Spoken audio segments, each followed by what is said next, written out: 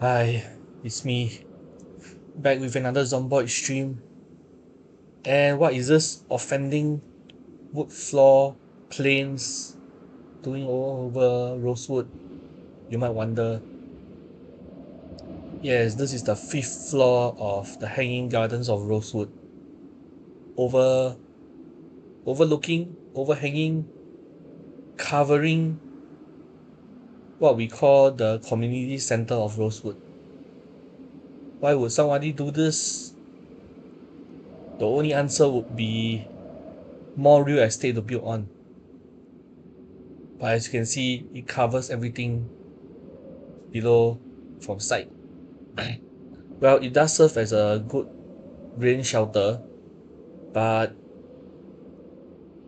there's more to it than just this reason. But for whatever design that the creator has, I'm sorry, okay, since you're not playing anymore, and this is lagging out the town, even worse than my own faction base, it has to go.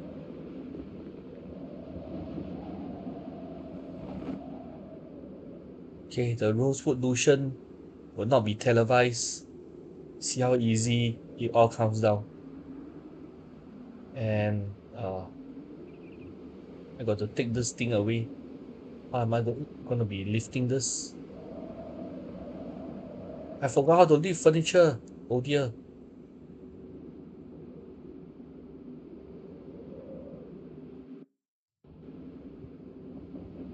Hold on a minute. It's been too long since I've moved furniture. I got to remember how to do it.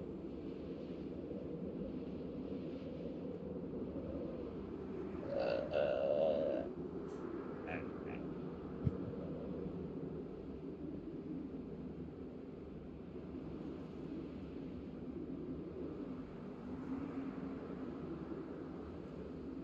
move furniture. Pick up. Standing microphone.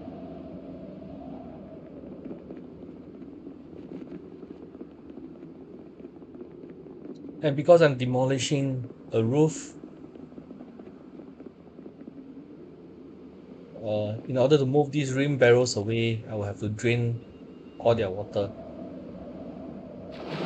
Well, good thing for me, it's not raining at the moment in game, so the barrel won't be filling it back by itself, and it will be safe for lifting.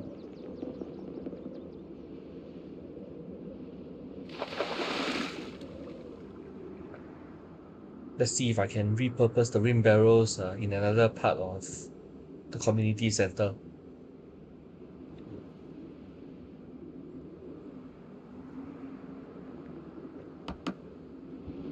Wait, did I forgot to remove any actions? Yeah, probably the build sheet mode.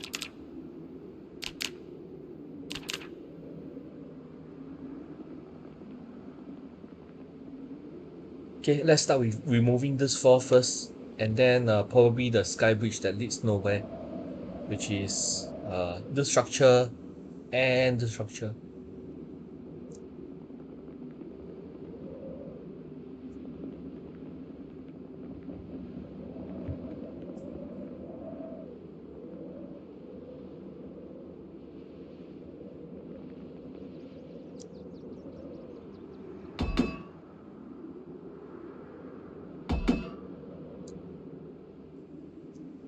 Okay.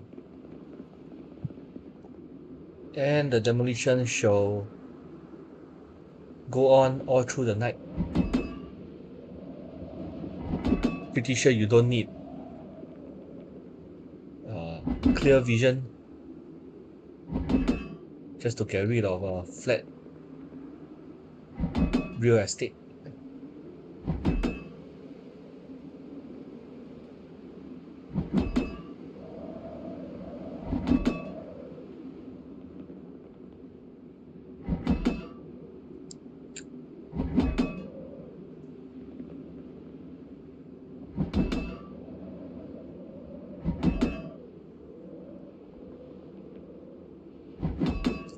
And when I'm bored out of my mind doing this monotonous destruction, Uh, I'll open up some YouTube entertainment for myself.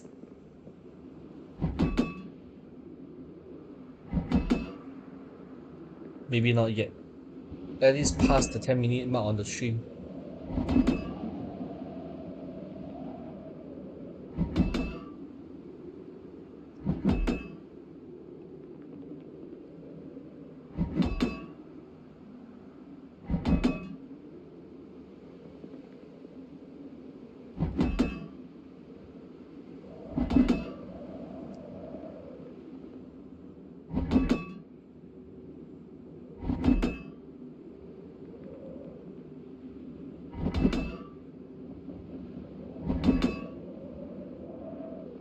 So once again, under the cover of darkness, undoing what needs to be undone.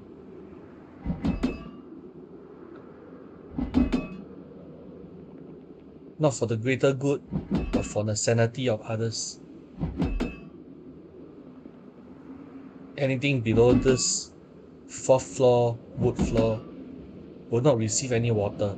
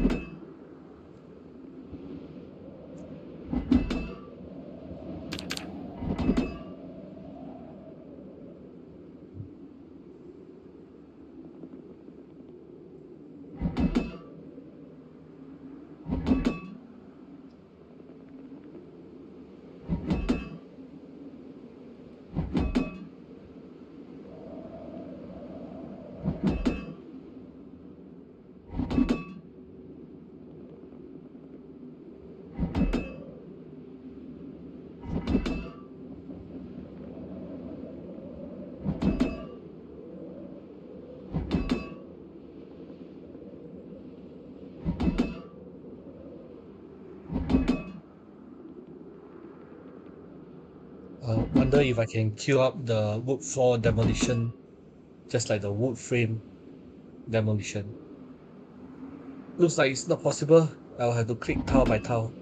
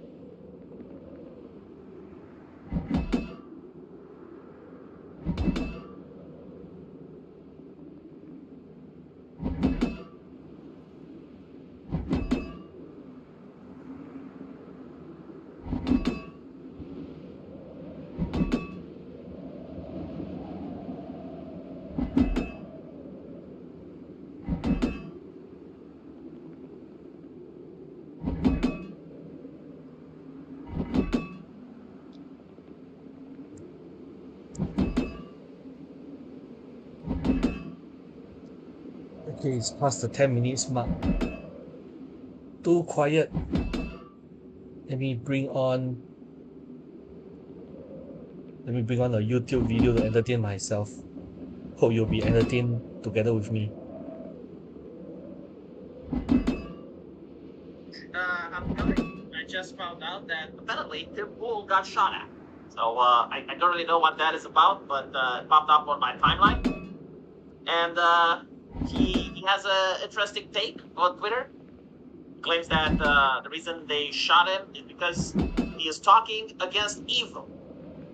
Last night, a vehicle approached our property and opened fire. No one was hurt. Our security team is reviewing the incident and will be relaying the report to the appropriate law enforcement. This is the price we pay for speaking out against evil. Now, is Dimple speaking out against evil? Legit question. I'm not making fun of anything. Like, I haven't followed him in a while, but I'm just curious. Because I'm scrolling down and it seems he's speaking against Candace Owens. He's got this feud with her, you know? Like, if this is the interpretation that she has sent in the boys, do we have any proof? No. It's just like what Dimple said. But I don't think, like, Dimple is the type of person that, you know, like, he would conjure up this level of drama. It's just not in his MO. I mean, yeah, of course, it's possible that, you know, you would say this for the clicks. But usually a high-profile person like Dimple probably knows that the internet is going to go and try to see if there's a police report, try to do some digging. And so if he was to genuinely just make this up and not call the cops and not do anything, then the internet is definitely going to be on his ass. So I think that, though, there may have legitimately been a car that stopped in front of his property and opened fire.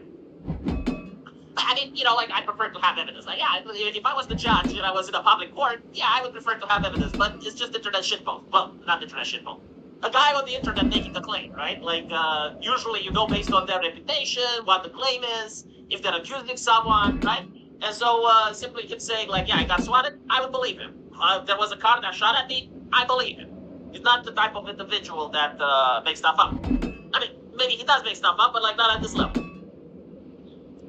I can't believe that Shapiro lost the debate with him a long time before. Ben Shapiro is losing a lot of debates since he doesn't have his heart into it. I mean, it's painfully obvious that Ben Shapiro has the agenda. I don't think, like, this is shocking. When genuinely arguing for stuff that he believes in, like, facts don't care about your feelings, well, then, obviously, he was making points, but it's kind of hard to make points when you're getting paid. Like, if someone was paying me to defend Bosch, I mean, I can do it, you know, but they're not going to be excellent points. I can show up, I can definitely try my best in order to defend him, but sometimes you're paid to defend the indefensible, and that's the situation that Mr. Shapiro finds himself in.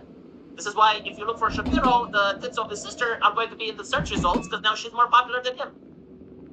But thank you as well, Jack Rush the Great. Thank you for showing up to the show.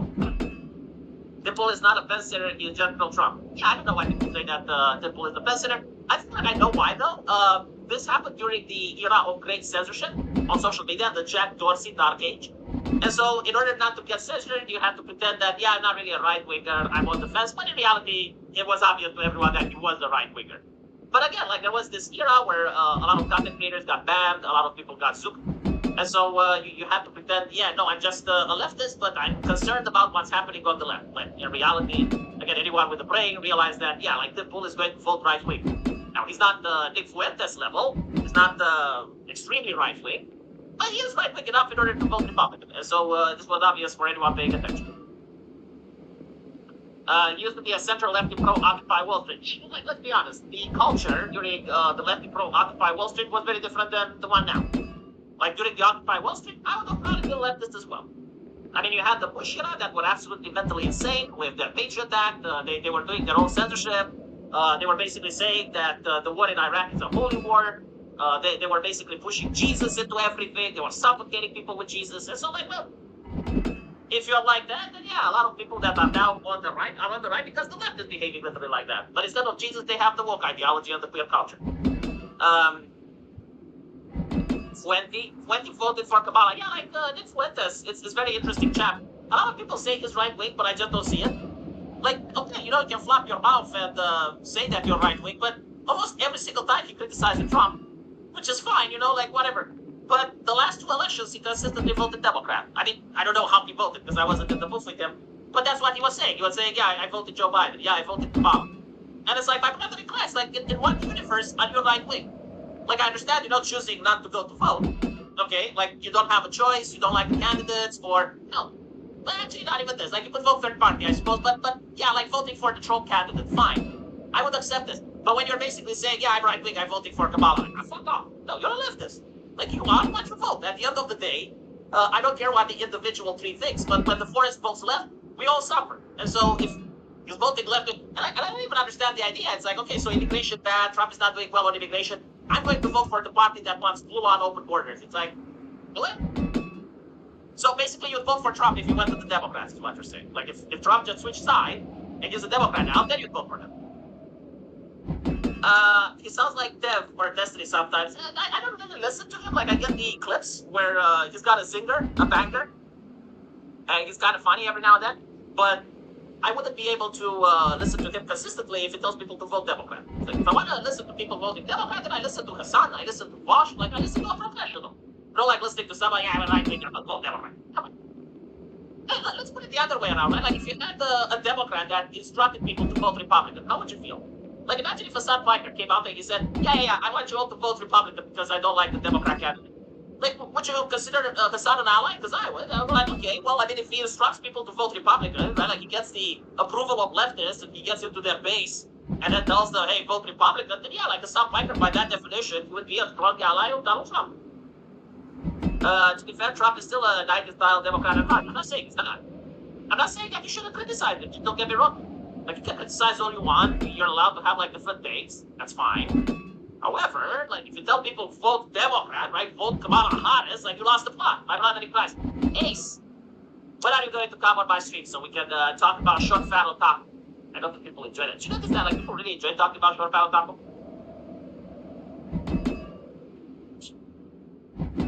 Like, stack up a couple of questions that you have for me to answer. I noticed that Short Fat on is like really big on debating. He wants to debate me.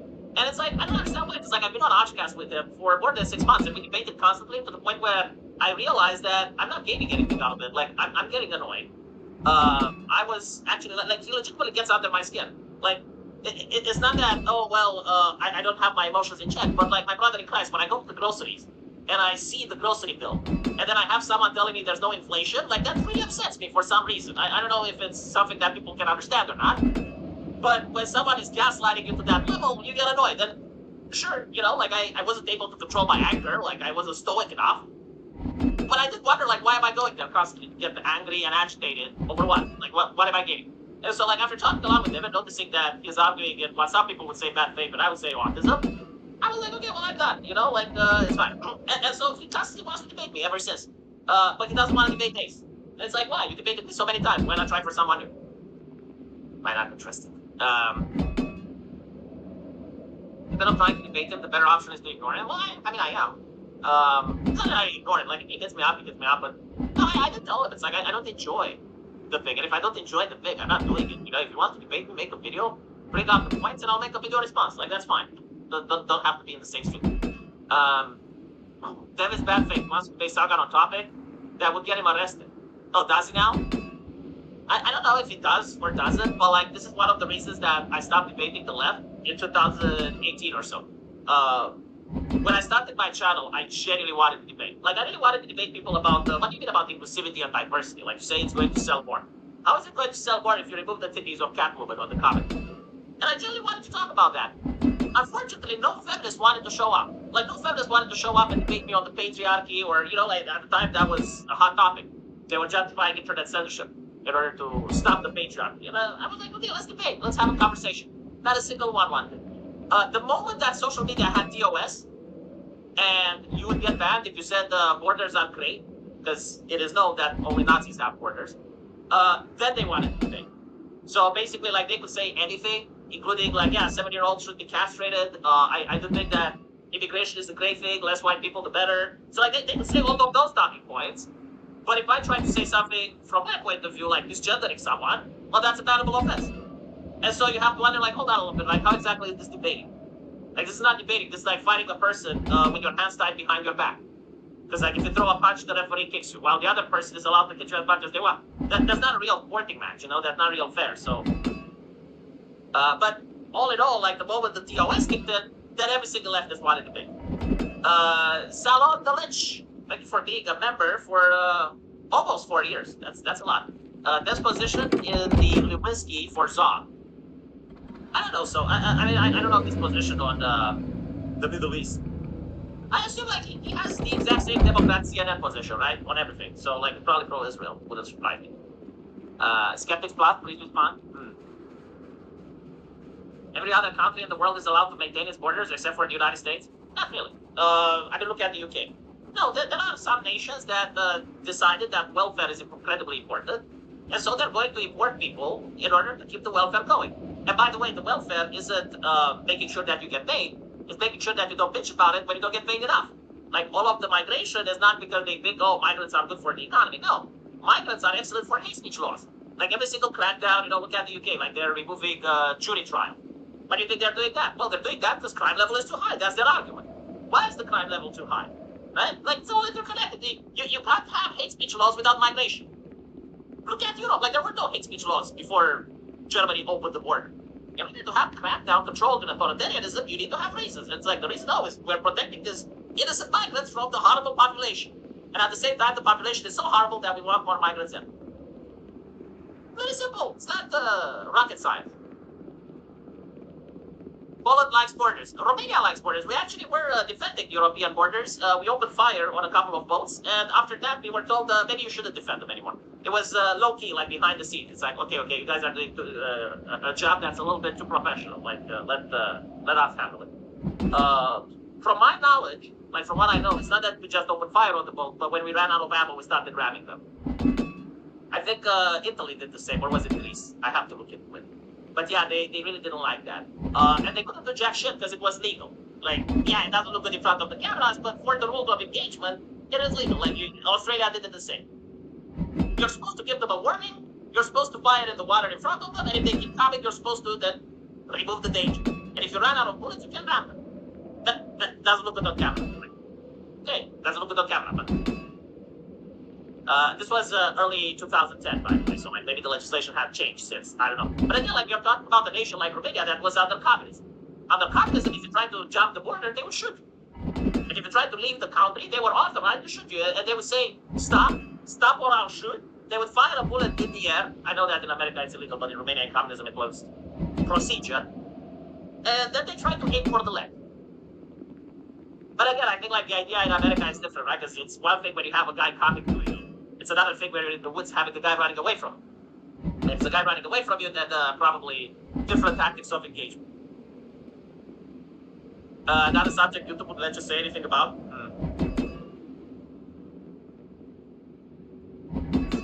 There are people that have videotaped the boats getting rammed. Hold on, let me see if it was Italy or someone.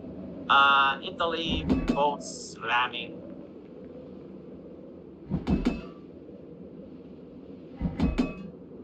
I don't think you have it on YouTube. I think it's just on X. Spanish couple runs over the... Okay, so it was in Spain. When was this actually? Hold on. When was Spain doing this? It's on the Daily Mail, but I can't find the date.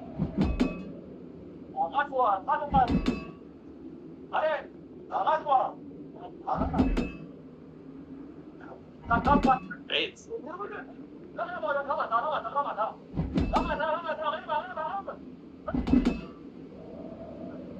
Yeah. No, this isn't the video that I do. Like, there's others as well. This one looks a little bit more brutal, but yeah, eventually you get to see the thing. You know, like, when it happens, because they're very selective. Like, some boats they're allowed to go through, other boats they're stopped. Like, some of them are associated with an NGO that's allowed, and they're taking out the competition. Are there bribes going around? Like, it just has to make me wonder. Because the thing is, like, Australia did it consistently. And if you do it consistently, then no one is suicidal. Like, they just not sending the boats. And so if you keep getting votes, it means that they're not doing it consistently. And so when you don't do it consistently, like, people are willing to gamble. My fellow species says, after feds and tax, buy or eat an apple or something with what's left.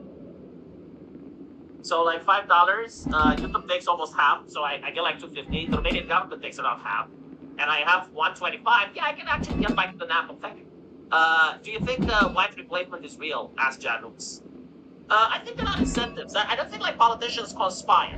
That like politicians get around the shady table and conspire. Like if you look what happened in the European Union, Germany historically has done this. Like Germany, especially when it needed workers, it has actually got Muslims in its nation. It has got Ottomans from back in the day. It has got Poles. Like it's a pattern that Germany does. The thing is, like, we were in the European Union and we had open borders for everyone, right? So like free movement inside the EU, and you have like Angela Merkel basically saying to immigrants, if you come to Germany, you get free shit. And so when they came into Germany, all of a sudden they're now in the EU and can travel everywhere. So like basically she unilaterally opened the borders for everybody. And so then they start pressuring because they realize, okay, now we're taking it too many. And they start trying to force other nations using the EU to take percentages and quotas. And if you're asking me for incentive, well, if I'm a person in the European Union and I make 10,000 euros a month, like my incentive is to keep making 10,000 euros a month. Even if people take him off, it doesn't matter. I don't give a shit. It's my check. Like I need to sit there. And so I need the dictatorship, right? Like I need the hate speech laws. I need crackdowns. I need to make sure my opposition doesn't ever get to push a message across. And so, yeah, I'm going to support more immigration so I can support more hate speech laws so that I can take more welfare from people in order to finance the hate speech laws, the AI algorithm, all of the enforcement and that. And so, are there people that genuinely think about replacing Europeans? Like, I'm sure there are a lot of academics, a lot of ideologues, and yes, I'm aware. But at the same time, there's also like pragmatic reason, like people who actually make money off of this. I mean, look at Britain, right? Imagine if you're a hotel owner and all of a sudden the government is paying you, I don't know how much, like $2 million a year or something like that, in order to fill up your hotel with migrants. Now you have two choices. Number one, go into the free market and you get clients when you get clients and you have to be competitive. There are people that can choose other hotels. There's no guarantee that you're going to have your hotel fully booked. Or do business with the government, right? And if you do business with the government, like, isn't your incentive so that the government keeps bringing in migrants? Like, at what point, if your business is being a hotel manager and you're making around $2 million a year, you're going to say, yeah, no, this is enough. Like, no, obviously, you're going to support the establishment. Is the boomers? I don't know if it's just the boomers. I think, like, the zoomers as well are starting to become like that. Obviously, like, the zoomers aren't a monolith, right? Like, they're not a hive mind. I think the zoomers are caught in between the ones before and the ones after pandemic. There's a really big chain of thought that's very different. But the zoomers, for instance, do not care about privacy. They do not care about censorship. And they definitely don't care about hate speech laws. And so unless you do that, even if you change the government, I don't think you're going to get much results. I actually recorded a video with my friend from Freedom Alternative, and we discussed this thing in the United Kingdom. Like, is Farage going to win? And his belief is that, yes, Farage is going to win. I kind of disagree with him simply because of the British system of first past the post and the amount of votes that you actually need, and you need like 51% of the votes in order to win. So it's very difficult for him. But, okay, you know, like, I'm not saying that it's impossible. I just don't see it when you have places like London that vote overwhelmingly left. And you have, okay, whatever. Let's say he wins. My friend and I both agree that he's not going to be able to do much. Why? Because the entire British bureaucracy is left-wing.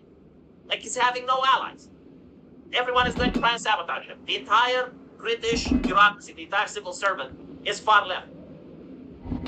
Like, the left tried for more than 50 years in order to make this accomplishment. To expect that the right would just destroy the work of so many people that was building there for 50 years, like, no, sorry, it's not like that. You need at least 50 years of right-wing consistency in order to revert the change. Because, like, the left had 50 years of consistency. Like, they worked really hard, and British people like it. And I'll give you another example of why it's not possible. I made a video, and I explained to a lot of British, like, look, the reason people don't want to have kids is because back in the day, a 16-year-old would produce wealth. Not a lot of wealth, obviously. But like a 16-year-old, you would go on a bike and throw some newspapers, you would flip a burger at McDonald's. I worked at McDonald's, and I enjoyed it, right? And so, like, you're less of a burden to the parents. Like, the parents don't have to give you pocket money. The idea that a 21-year-old is doing university and the parents has to pay for his electricity, for his food, for all of that, that's novel. My parents can't afford to have kids, right? And people in medieval time definitely could. And so I was explaining this, and I was saying, like, in a real world, in a normal economy, a 60-year-old would start flipping burgers, and he would already plan to start his whole life, to be independent. And the British people were messaging me and saying, yeah, but I don't want my kid to be like that. So, like, translation. What he actually wants is for other British people to work hard, have their taxpayer money taken by the government, and then give it to his kid. And it's like, okay, if that's your mentality, you're going to get immigrants. Because the government takes a cut, and with that cut, it uses surveillance, it uses AI, it uses all that bullshit, and the bureaucracy that's there. That's what you want. Like, there is no, like, correct or incorrect way. It's just trade-offs. Like, sure, it's possible. Like, if you want other British people to pay for your child, right, so he can go and get a gender studies degree, you can have other British people pay for your child and get a gender studies degree, but you're getting taught it without, but that's oppressive. Like, you're literally paying for your own oppression by wanting that. NHS, they want sci-fi level healthcare. Well, if you want sci-fi level healthcare, you gotta pay sci-fi level money. It's literally the British religion, the NHS. And British people don't want to get rid of it.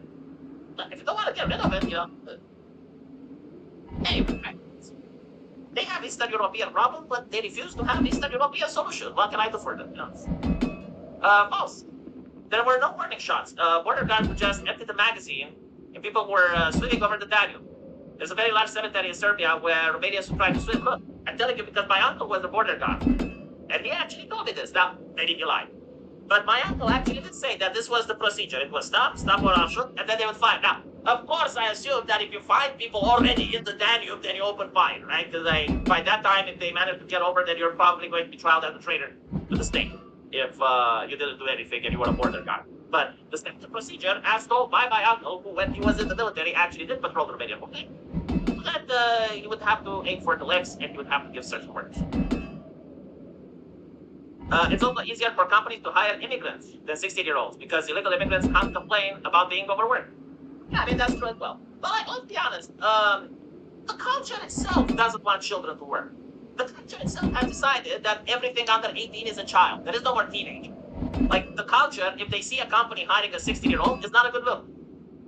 They call it child labor, right? Like, I actually saw a video a couple of months ago of a 16-year-old girl or something, and she was like mopping the floors at a supermarket, and people were horrified. And so, like, if that's the culture, if that's what people go for, no, like, democracy actually works. If you support that, that's what you get. Now, everything is connected, right? You get the package deal, you don't get to pick and choose. But if you want things to be like in the 70s, well, you have to have a culture that's like in the 70s. You can't be like, oh, I don't like, you know, like in the 70s, they had children working. It's like, yeah, they had probably baristas that were at the age of 16. They probably had newspaper boys that were 15. People could make money when they were young. Well, let's be honest, if you go in America and you hire a 15-year-old to mow the lawn, that's child abuse. But if you hire Pablo, that's illegal. No one says anything, right? And so, like, the incentive is there to hire Pablo. I do, you know, like, I don't care about the birth rate, just noticing that, yes, like, countries where children can actually do jobs when they're young, have higher birth rates. Why? Because the child actually makes money, and so the parents are less stressed. Like, if you have 3 or 4 kids and they all bring money at home, at least you don't have to pay for them, right? Like, they can pay for it themselves. And by the way, like, when you make minimum wage, oh, this was another thing that I argued with a British person. I was basically saying, look, One moment, the house phone is ringing. some analysis.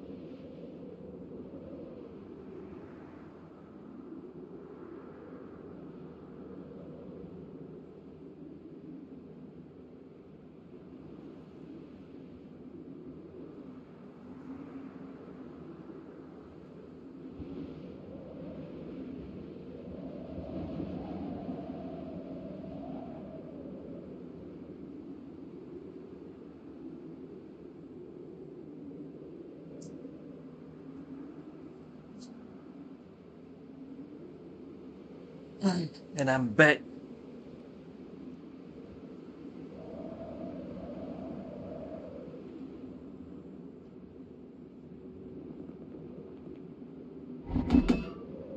And then I worked at KFC. I was getting minimum wage, but when I went home, I didn't have to pay for electricity. I didn't have to pay for mortgage. I didn't have to pay for my car. I didn't have to pay for anything. Like the entire minimum wage was in my pocket. So I was actually making more when I was a kid than I was making when I was living alone, and I was earning a lot more, right? The British mind just doesn't understand this, and they went to my comment section. And it's like, no, yeah, I actually think that minimum wage should actually allow you to have a standard of living. And I'm like, oh, no, it doesn't. No, like first of all, like minimum wage shouldn't be for careers. It should be for waiting tables, mowing the lawn, doing shit. That's minimum. Like again, like the entire legislation is meant to cut the teenagers off the workforce. And so if you don't have teenagers in the workforce, you have them in universities, and in university parents have to pay for them, and you have to pay for them, even if you don't have a kid. Didn't you say I worked at McDonald's and not KFC? I actually worked at both. I started at McDonald's. Didn't really like it there because you have to stand up all the time. It was very annoying to stand up for 8 hours. And when I went to KFC, they actually had a little chair where you marinated the chicken. And so you sit on the chair and you marinate the chicken, and it was so heavily that you sit on the chair a little bit, and then you're standing up, and then you're back on the chair. So yeah, I don't know exactly how much I worked at McDonald's. I think like I worked maybe 2 or 3 months, and then I moved to KFC. I actually had many jobs when I was a kid. I also worked patching internet. Like I would go on top of the buildings, the high rises, and back then we had like area networks, but not really area networks. Like the first internet companies were starting up. Like we didn't have like the major ISPs and internet providers, and so like there were like neighborhood companies that operated by giving internet, and you had to connect buildings to the internet. Like there was an entire building that had no internet access, right? There were no Wi-Fi's then. You actually needed to use a cable. And so there were like some kids, like all of us were young. There were some kids on a building, they would throw the cable down. The other kids from the other building would throw down a rope. A kid in the middle would tie the internet cable to the rope, and the other ones would just pull it up. And there you fucking go. It was really cool. And then you had to make the connection with the switch. Like they had like certain colors that you needed to mix and match. It was a really great job. I really enjoyed it. A little bit annoying because like sometimes it was raining or it was very hot, and you also have to do the repairs. Like someone would call you because the internet is down, and so you travel there and you check. Sometimes the switch was fried. Other times a lady with a babushka would cut off the internet with a knife, and you have to fix it. It was fine. Yeah, internet is stolen, I guess. Yeah, that job doesn't exist anymore, but it's actually a well placed one. The chair is very important. You don't know how annoying it is to stay on your feet for 8 hours a day. It's a chore, and it was like really annoying, especially when there was nothing to do. So you have nothing to do, and you just need to stay up. It's like sadism. I don't know why they did it. Just put a chair for fuck's sake. You improve a little bit of workers' efficiency. I wonder how many RG45 connections got ripped off. I don't know, but like I do know that a lot of ladies with the butcher knife would actually cut the cable. I never understood why. Like literally, the cable was cut, and I had to wonder, like, why would they do this? They didn't do it for the telephone wire. They didn't do it for the TV. Only the internet. And it was like why though? And it was like in different buildings as well. Like there wasn't a conspiracy or some shit. But I don't think, I did my job. I had to go there. I had to replace it. Was what it was. No, I didn't have it. Well, actually, I didn't have a chair when I was doing the internet thing because like we would move by car. Like we had a driver, and so. And not to mention, like, when I'm on top of a building, and you're waiting for the other guys to drop it off and shit, like, you just sit down. So it was actually, I actually refused a job that required standing up. Well, I didn't want to become a servant. I just flat out refused. No, I'm not standing up for 8 hours. Absolutely not. Probably because they didn't understand what the cable was for. Yeah, but, like, that's a very interesting mentality. I don't know what it's for, I'm cutting it. But I'm living in a building with, like, 300 other people. You see something, right? So like, why would you come? Why not ask it out? Jesus. My buddy would fry up a bunch of chicken late in the day, so he had plenty bringing home after closing. We actually got that at KFC as well. Any food that was remaining after close time, we could actually take home. Until they realized that a lot of us were actually frying chicken before closing times, then they banned people from taking the food home. Like, you could eat there, but anyway, right, we're talking about Morgan of Tears. So let's see what the old man has to say, because he actually came out against woke ideology, and I find this interesting because a lot of people are surprised. And it's kind of like this. That's like the actual things that woke ideology does, which are harmful. So here we're having mass immigration, inflation, maximum taxation, like things that genuinely hurt people. And then you have like the cultural nonsense, which could be avoidable. The identity politics, the mental asylum, basically. And you can have this like Pierce Morgan that are for everything that's harmful, but they just reject the mental asylum. That doesn't surprise me. That doesn't shock me at all, right? It's just like is that the left is now losing ground, and so they want people that are well spoken. This literally happened with the Bush era. Like the Bush era went into mental insanity land, where they had the fun police that were banning all of the entertainment, and on top of that, they were pushing for intelligent design. They were saying that the Earth is 6,000 years old. And they were starting to push more and more nonsense, pretending that demons are real. And so, like, people voted Obama, and then they started getting these right-wingers fired. And so right-wingers have to clean up their act and get well-spoken people common sense, like no more tides go in, tides go out. You can't explain that. No, they actually got people that were dressed in suits like Nick Fuentes. And this is pretty much what Pierce Morgan is right now. Like, he's a well-spoken, dressed in suit person who just refuses the mental asylum, but he's still a leftist. Like, he's still going to vote left. For our audience, what you say woke is, because as you know, there are plenty of people who say woke means being tolerant and being inclusive and being.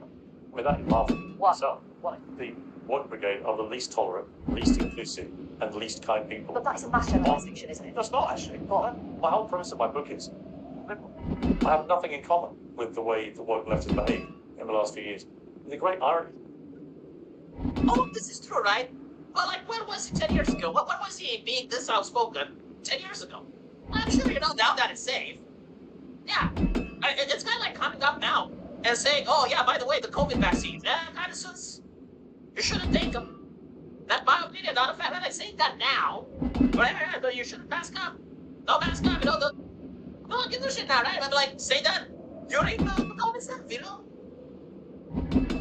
Would they do it? Right? And so, is this like bravery? Is this, it's kind of like, when you had the whole, Caitlyn Jenner coming out as Trump. And everyone was like, oh, stunning a break, stunning a break. It was. I'm not gonna lie, you know, like Caitlyn Jenner came out very early. She didn't know, like he didn't know, whatever. They didn't know what the repercussions are going to be. Are they going to keep getting sponsors? Are they going to get hired? Are they going to get persecuted? They didn't know, right? If you did that during the Bush era, your career was done. It's like coming out now as a white supremacist. And so, yeah, it was stunning a break. But like 3 years later, when you had like people coming out and everyone was pretending it's stunning a break, like no, like you have corporations with the rainbow flag. You have every single U.S. embassy with the rainbow flag. You have every single July coming up and you get like the LGBT activists persecuting other people, getting Christians to make the cake bigots. And then when you come out in that environment, like, let's be honest, it's not stunning a break. And so like Pierce Morgan coming up now and is like, oh well, yeah, like woke people are intolerant. As if he's running my channel back in 2016. Let's be honest. They became the very kind of fascists that they professed to be. Being the kind of fact. One single person during the Gamergate era that took a little bit of glimpse at how some just exactly behave. It was painfully obvious that they are fascists, that they don't allow any type of dissent, that there can't be anything outside of their ideology, that disagreement with them is violence. You can't come in 2026. You know what I found out? Well, the woke are fascists. Come on. You know, the left are the real fascists. Really? You didn't know up until now. Best to hate most. They became the scolders, the shamers, the cancellers.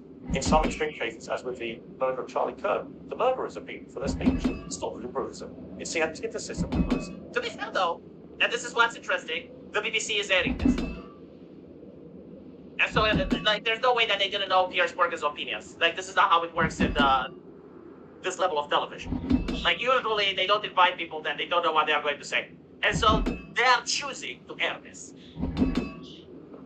There will be a time, not in this future, when the world will look back on this period and say, can you get it absolutely right? There was a body of opinion you couldn't be contested on any cancellation that you could allow biological men to compete in women's sport, for example. And people will think we've lost our minds. Even now, like, it's not going to say cat training children. But I don't think it will be that surprising. You know, like we look back at the time they were castrating homosexuals, or the time that they were doing lobotomies, and you had lobotomy fans and stuff. And we look back at it, and it's like, you know, the new science churns, new stuff comes out, people pretend like that didn't exist. That's what's going to happen. Most people won't give a shit. They won't care. Like, for instance, do you know that they would sell radioactive beauty products? And that's a little shocking, isn't it, right? And there were research back then.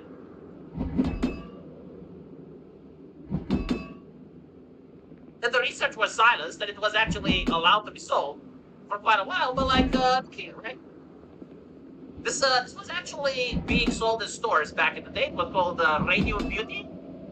And apparently, like, there's an article that shows, like, these women getting, the ones that do this, like, getting cancer, their jaws would fall down. Like, they would be in the most insane pain imaginable and having one of the worst deaths imaginable. Especially the ones that drank this. Like, it was also drinking radiator. It's called the radium, you know, right? Like, look, there's even documentaries about it. And so, how do we look back at it? It's kind of like a curiosity. It's like I guess it happened. But like, it was approved, you know, the science was okay with it. When the minimum wage was originally instituted, it was intended to and did provide a decent standard of living. Well, yeah, but like, put it this way, the economy doesn't stagnate, and inflation is a thing. So it's kind of what the church figured out with the good price, which was pretty much price controls. And would also collapse economies and make countries work. Like, there are a lot of things that are good on paper and they sound nice, but reality doesn't work like that. The whole thing with minimum wage, right? Like, let's say you have minimum wage in the United States, China doesn't have minimum wage. And it's not just about minimum wage, because there's a lot more that comes with like safety, like factory safety and other things, you know, all common sense and good things. But what we end up having is making a laptop in China costs $500 to manufacture it. Making the exact same laptop in the United States costs $1,000 to manufacture. And so if I'm a company making laptops, please tell me, why would I ever make them in the US? There's literally no point, right? Like, only if I'm an imbecile. And so you end up making them in China and then exporting them into the US. And so what happens if you're an imbecile and you actually make them in the US for $1,000, well, now you have to sell them for $1,500. If I make them in China for $500, I need to sell them for $1,000. And so it's literally the same laptop, but mine is half as cheap as yours, right? Why? Because you actually did follow the minimum wage, you followed everything. You did everything by the book. You're a nice patriot, you know, you bled for your country, but you're going to go bankrupt.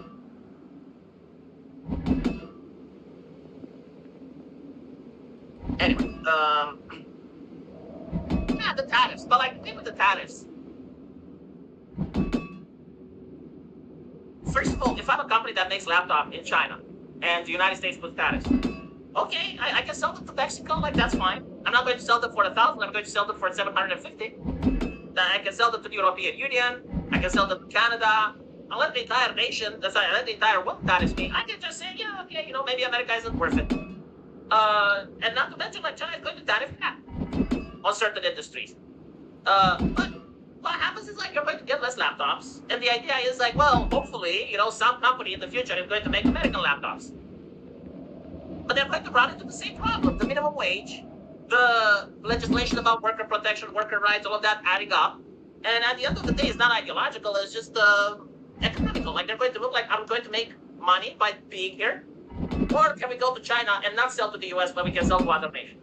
And so far, most have decided that no, like, actually being in China and selling to other nations is the good thing. And so it's not tariffs that's the problem, it's minimum wage. Get rid of minimum wage, get rid of the taxes, get rid of a lot of legislation, until you end up like China and you have like the same worker rights that they do, and then you don't have laptop factory. It's financial incentive, people operate on incentive, not morality. Any comments regarding the RAM shortage? Okay, so the RAM shortage, I think it's happening for two reasons. Because I looked into it since last video. One of them is the AI. A lot of AI require RAM. And another is because a big company has decided to leave the market. Now, I don't think that this shortage is going to last indefinitely, simply because if there's a huge demand, there are going to be other companies that enter the market, or they're going to expand. And so you're probably going to get 5 or 6 years of very expensive RAM. eventually the price is going to go down to what it was. I think like the AI industry has indeed destabilized the market. But as any new industry, after a while, things just stabilize again. If you want an example that's a good parallel, remember the price of graphics card when Bitcoin became a thing. And so you had a lot of miners that were purchasing graphics cards, and the price of GPUs went insanely high. But eventually, the industry stabilized, right? Like the number of miners stopped growing, and it became a predictable pattern, and the number of GPUs they also like increased manufacturing, and so the prices actually went down. So this is probably what's going to happen. If you want to make a computer, I do recommend it like making it now, because for the next couple of years it's going to be more expensive. Not necessarily like make a new computer, but like buy the RAM early, right? So like if you want to buy RAM now, you can actually short sell it. The demons are real, John. It's about the spill after the AutoPet presidency. I'm not exactly a religious person, but they were crazy or evil. The price of GPUs are still high. And the lower end is now gone? No. I think like the price, hold on. Like GPUs are now high because the AI also needs GPUs. And the price of GPUs became high after 2020, but there was a period, and I remember this perfectly because I bought GPUs back then, especially during the 2018, 2019 era where GPUs actually went down in price. They went up after the pandemic because of the supply chain issues, and I think like there was a chip shortage because of the blockage with China. And so like the prices, yes, they did go up. They stabilized for a little bit, and now the AI is making them go up again. And it's also because like GPU requires RAM as well. But for a while, they were actually going down. Has any commodity or service price decreased since the COVID price surge? I don't think so, because we have inflation. You know what? No, actually something did. I bought a monitor that's better than the one I had, and it was actually cheaper. So I guess like prices for monitors, but it's actually better in specs than what I had. It's not the high-end monitor, if you will. It's better than the previous one that I got, which was a Predator monitor, and now I got one from a different company, and it's have better specs that I actually love, and it's less than what I paid for my previous one, which I bought like 4 or 5 years ago. So I suppose kinda ish, but in reality no, because of inflation. Prices always go up. I think that's actually true. It depends on what. When I got a 486, like the first computer that I had was crippling expensive. Like it required 3 or 4 wages in order to get the 486. And prices for it, like prices for a computer now is down. A television back in the day, a black and white TV, like that, it was actually more expensive than getting a flat screen now. So, it depends. Like, technology also plays a part. If you're talking about technological things. The car. Like, I remember the car when they came out, when my grandfather was young. It was like an entire investment. It was like a big family investment. Now you can get a car for $2,000 on second hand. So, yeah, no, like, prices do go down. This is not a fixed rule. But generally speaking, yeah, they go up. But yeah, it was before PCs were mass market, but like, people ask me, do prices go down? And I just gave an example that, yes, there are cases where prices do go down.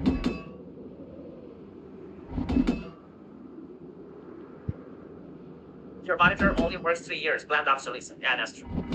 To be fair though, I remember like the old monitors, they weren't really that fixable. They did last more than 3 years, but they weren't as great as people hyped them up to be. My car cost $3,000, and I paid off half doing drywall. Yeah. No, cars are cheap now. Like, back in the day, you needed to make an entire bank loan to get a car. It was insanely expensive. And, well, there were actually less. The internet. Like, I actually had a talk with my friend from Freedom Alternative. And we were talking, like, why was the internet so much cooler when we were younger? And it's like, well, because the peasantry wasn't on it. And it kind of makes sense, because, like, in order to have a dial-up connection, you needed to be pretty fucking rich. And so it was usually wealthy kids that had internet. We weren't the aristocrats, we had prestige.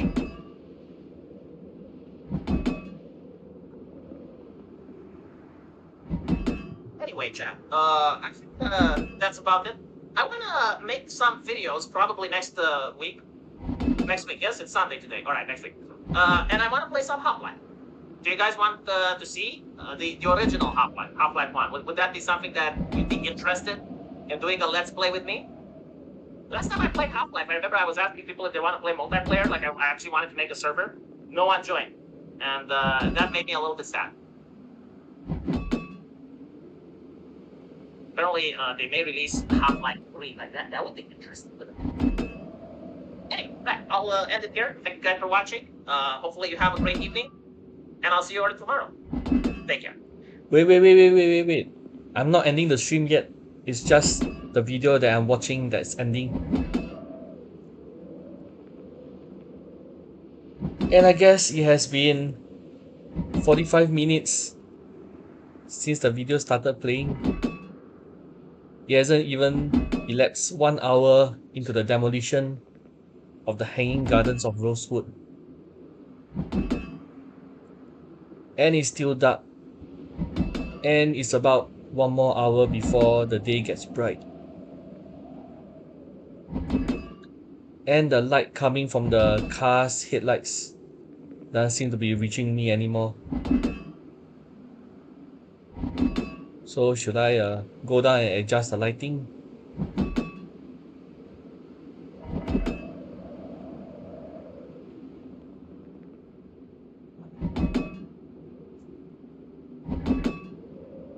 Yeah, maybe I can. At the same time, maybe fix up the roof. I think I overextended the demolition.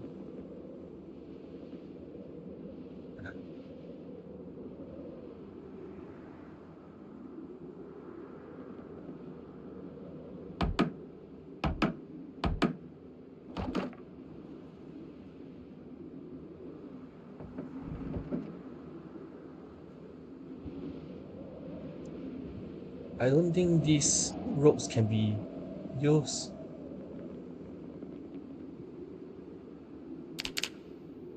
By a normal player, they will have to vault into the fence before they can use the rope.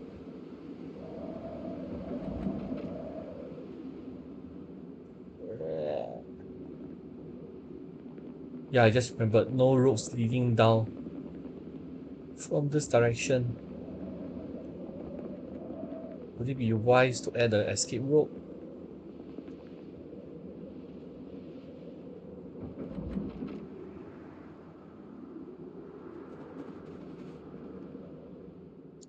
Well, the design of this safe house was intended to be the caretaker for the community center, a safe spot where vehicles would not be able to be stolen, like what we intend to do with this parking lot. Populate it with cars that players can just drive off, leave the town, travel elsewhere, etc. etc.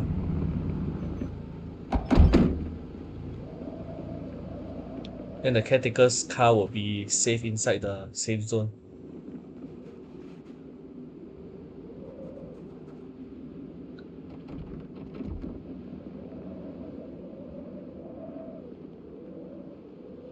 Oh, nope, I can't climb up.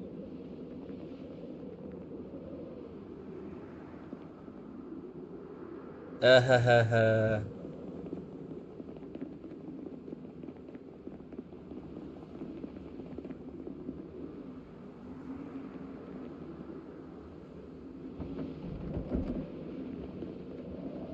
Yeah, I guess these two ropes are redundant already.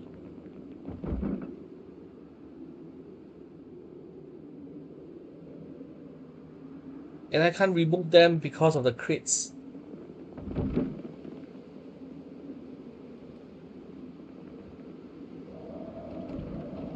Then forget it, I guess. We'll have to fix up.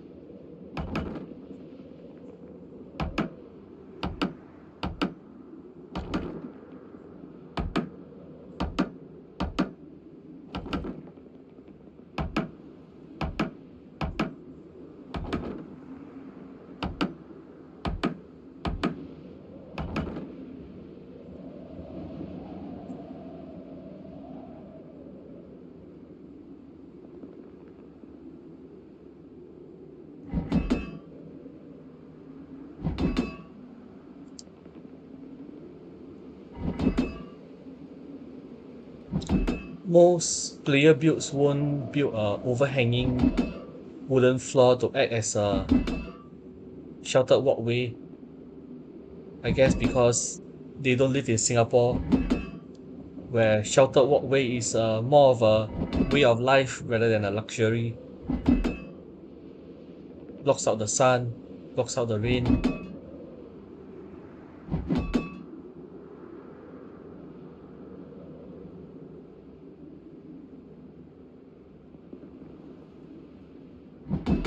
And since I'm the one demolishing, I'll probably just leave a 2 tile wide sheltered walkway. Ah.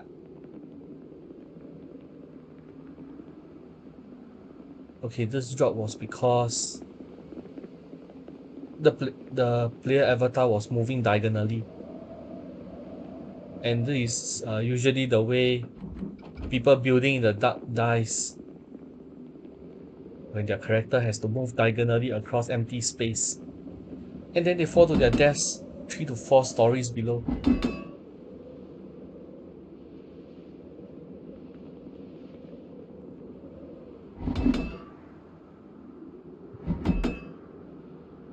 Probably don't have to wait for a full 60 minutes before the day gets bright.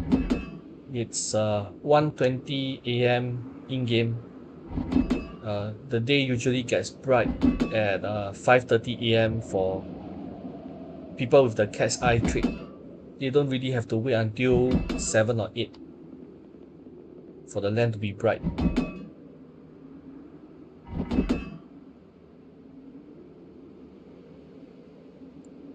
Alright.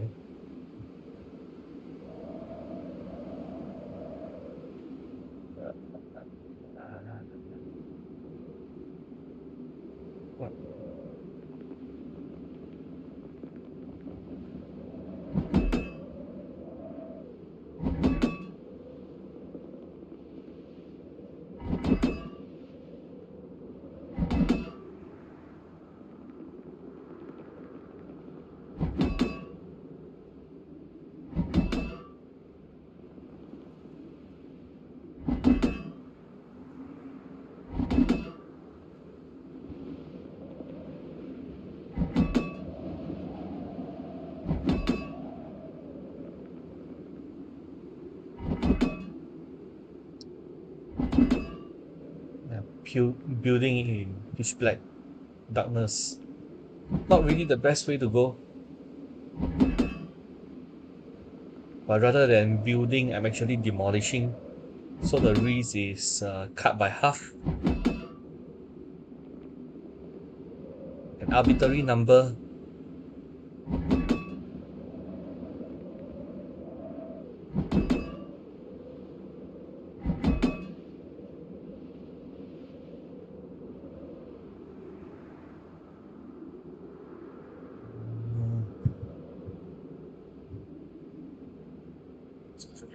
Since you're going to be looking at the results of the very prestigious and well-respected events of the Streamer Awards of 2025, this is something we've been hinting at for quite some time because there was some drama involving the nomination list and some of the people involved, and it really lived up to what you expect from an award show like this. It's ultimately a joke and shouldn't be taken that seriously because at the end of the day, this is not some neutral and ultimately fair landscape where the best streamer is going to win each category that is assigned to them. Instead, it's ultimately a circle jerk of a bunch of the most popular streamers in the scene, and during this, a lot of people are showing up to really just make a public appearance and ultimately create a lot of drama, as we've seen with this edition in 2025. There was a lot of drama and controversy, and that's what we're going to be laughing at today, because what else do you do with an event like this? So there's a lot to talk about. We're going to see some drama involving the host, Cutie Cinderella, who spent over $1 million apparently on this event.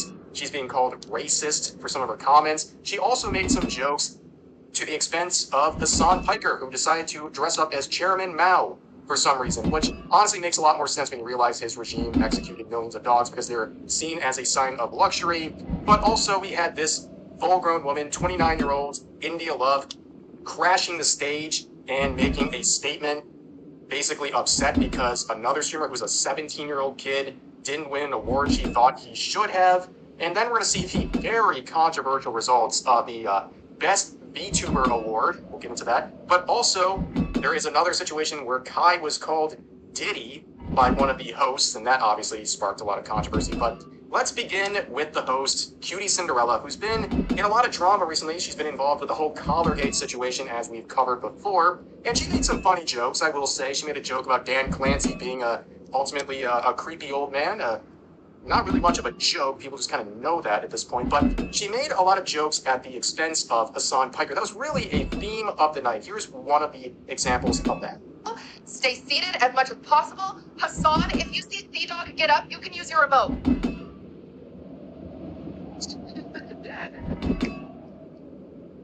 Now, ultimately, this is very funny. This is a funny interaction given the two people this is between, because number one, you have Cutie Cinderella, who ultimately contradicted statements made by Hassan Piker a couple months ago when the whole shock collar incident started, Collargate, if you will. She came out with a statement as a co-host on a podcast with Hassan and someone who spends a lot of time with him and said, there is tape on the collar and there was also shock prongs that were taken off, which completely contradicted everything Hassan had said up until that point. And there was a bunch of crash outs from her when she was criticized for that, or at least exposed for contradicting him. And now we're also seeing these jokes where Hassan and all these people involved with the controversy are trying to say, we're in on the joke too, which is totally not the reality. Okay, Hassan is seething about this. This is why it's continued on for so long. In fact, only a couple days ago, he crashed out because someone approached him in real life with a photo of a Collargate meme. In fact, Hassan was so mad about this, he compared that experience of someone standing next to him with a meme to Emiru being essayed at TwitchCon.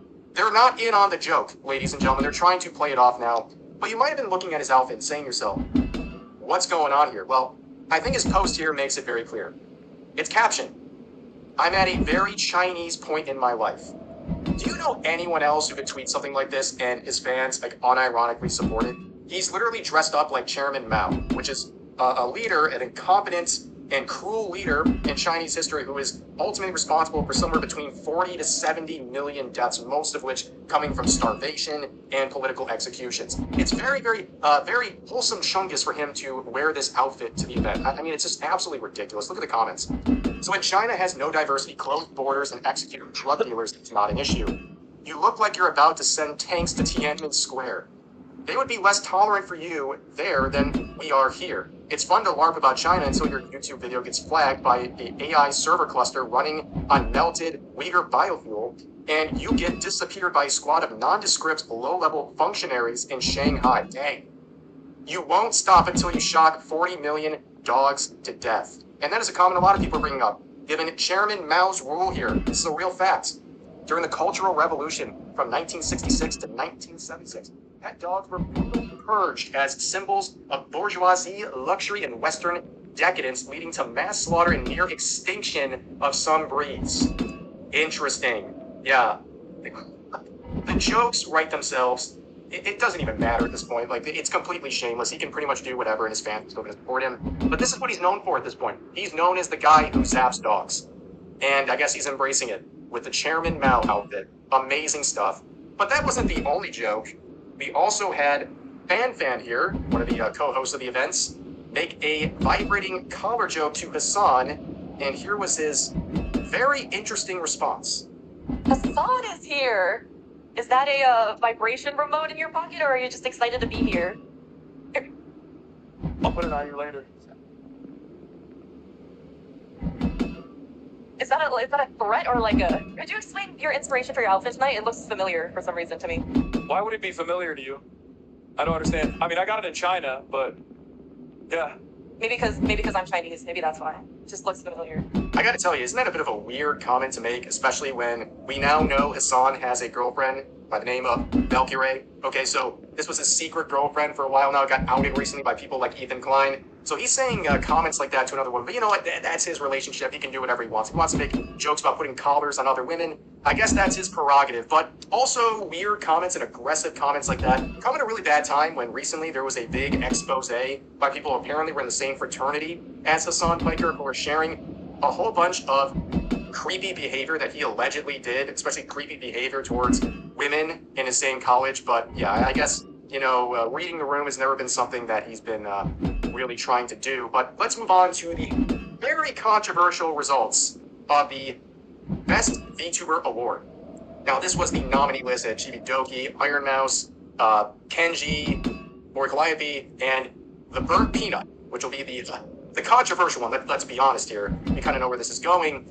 But there was other stuff going on. So Iron Mouse, obviously, one of the faces of VTubing, and she's won this award 2 years in a row. But the disrespect for VTubers was there from the jump. You pretty much expect it with streamer awards or anything like this. Once it gets into kind of the more normie spaces, you see a bunch of ridiculous and slanderous and awful behavior directed it's toward all VTubers. according to plan. Once again, Iron Mouse was no exception, with Jinxie pretending to crash his stream while listening to an Iron Mouth performance. I guess trying to signal to his audience it was so bad, he just wanted to pull the plug on his stream.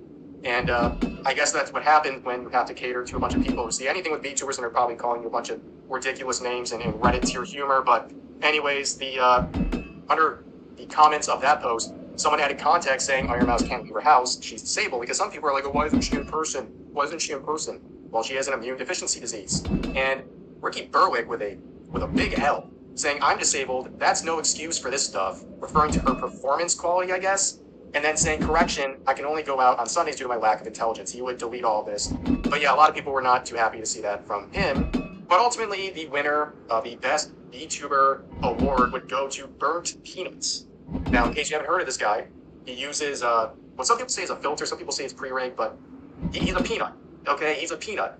And one of the ongoing jokes in his community, they say it's a bit, so that's what people are saying, that he hates being called a VTuber. He wants to be known as a VTuber, as a peanut tuber, I guess. And also, he has made jokes about basically wanting to win this category when he was nominated because it would make a bunch of people in the VTubing scene very upset. Every time I play with that guy, first thing he says, he goes, make sure you guys go vote Peanut for VTuber of the Year. Yeah. And then I rip him up with something. I don't know what I say, but everybody knows I don't like being called a VTuber. It's the same thing. It's not the same thing. Just being virtual tuber? I don't think so. Do you think if you won, this is a question for everybody, do you think if you were to win an achievement like that VTubers would be pissed? Wait a second.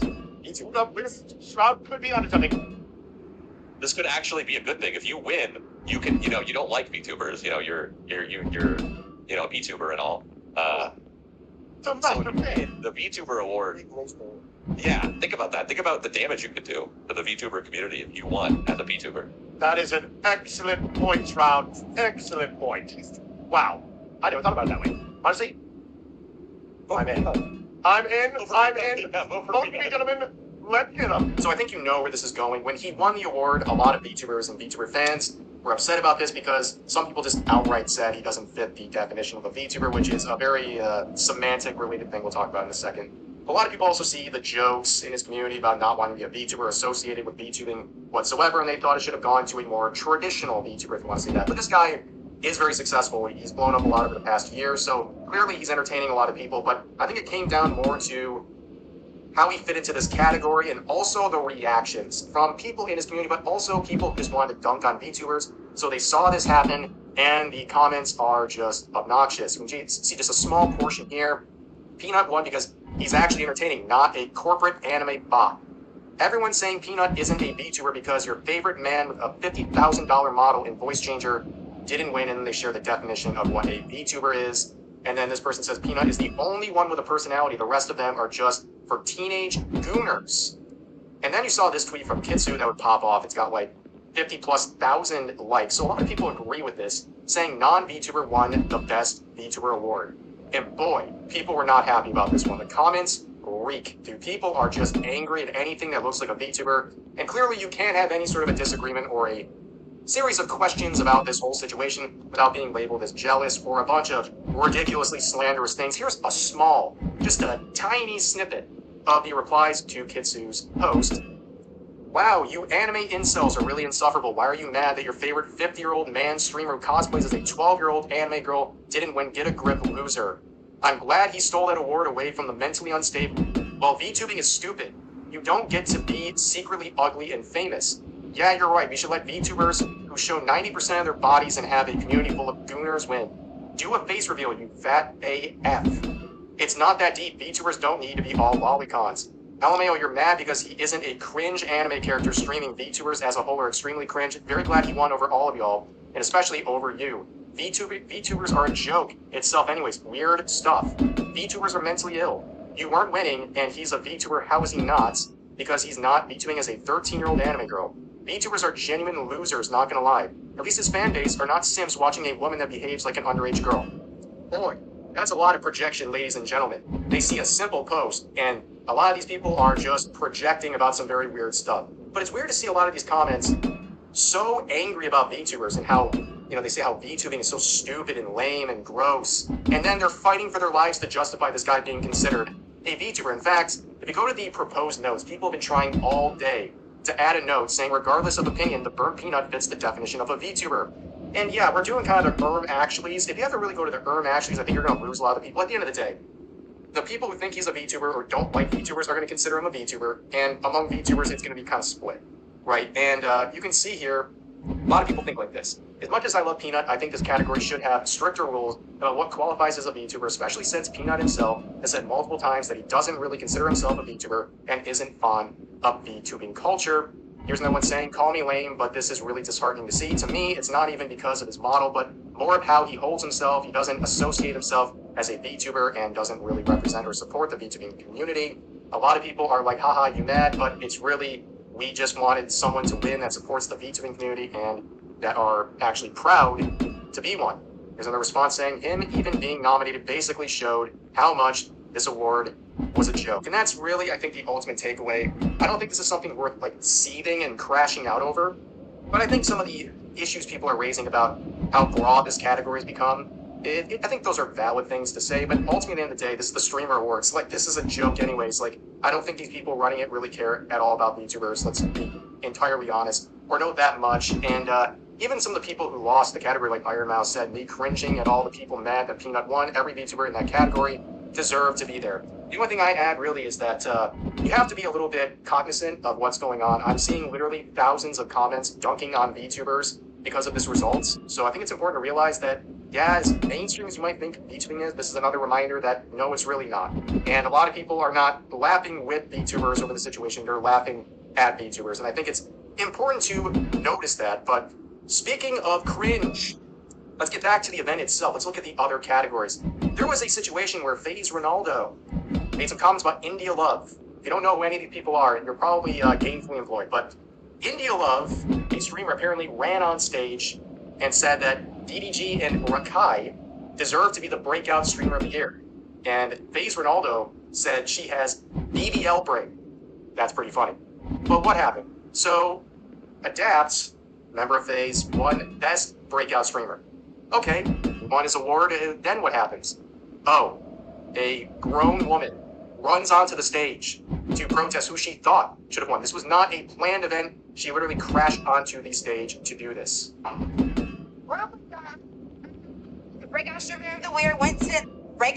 of the year went to Adapt. And congratulations, and we respect you for what you did. But recognition of one breakout streamer of the year at DG. I don't care what to say. Stop the games.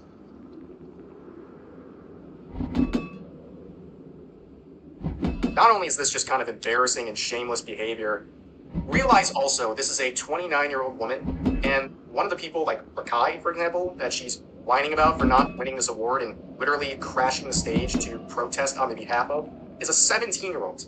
So, I think this is a kind of a weird thing to do, and apparently people were saying she was also drunk, which I guess would make a lot of sense, and you can see the reaction from Asmongold here kind of sums up how a lot of people are looking at this.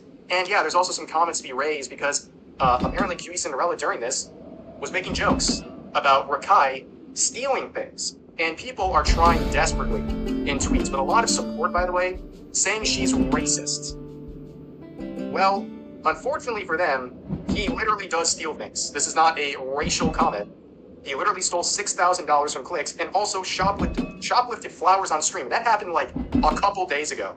In fact, the first event is why he's banned currently. And this was a bit he did. He went to Walmart and gave people flowers that he did not pay for, and then ran away because he knew when they exited the store, they were going to be flagged by security. So this guy, he's kind of doing what the joke is intended, right? But things get even sloppier when Fan comes back out, the co-host, and makes some comments to Kai Cenat, and basically implies he's like Diddy. It doesn't go well. So congratulations to you, and also congrats on your new documentary with 50 Cent. That was you, right?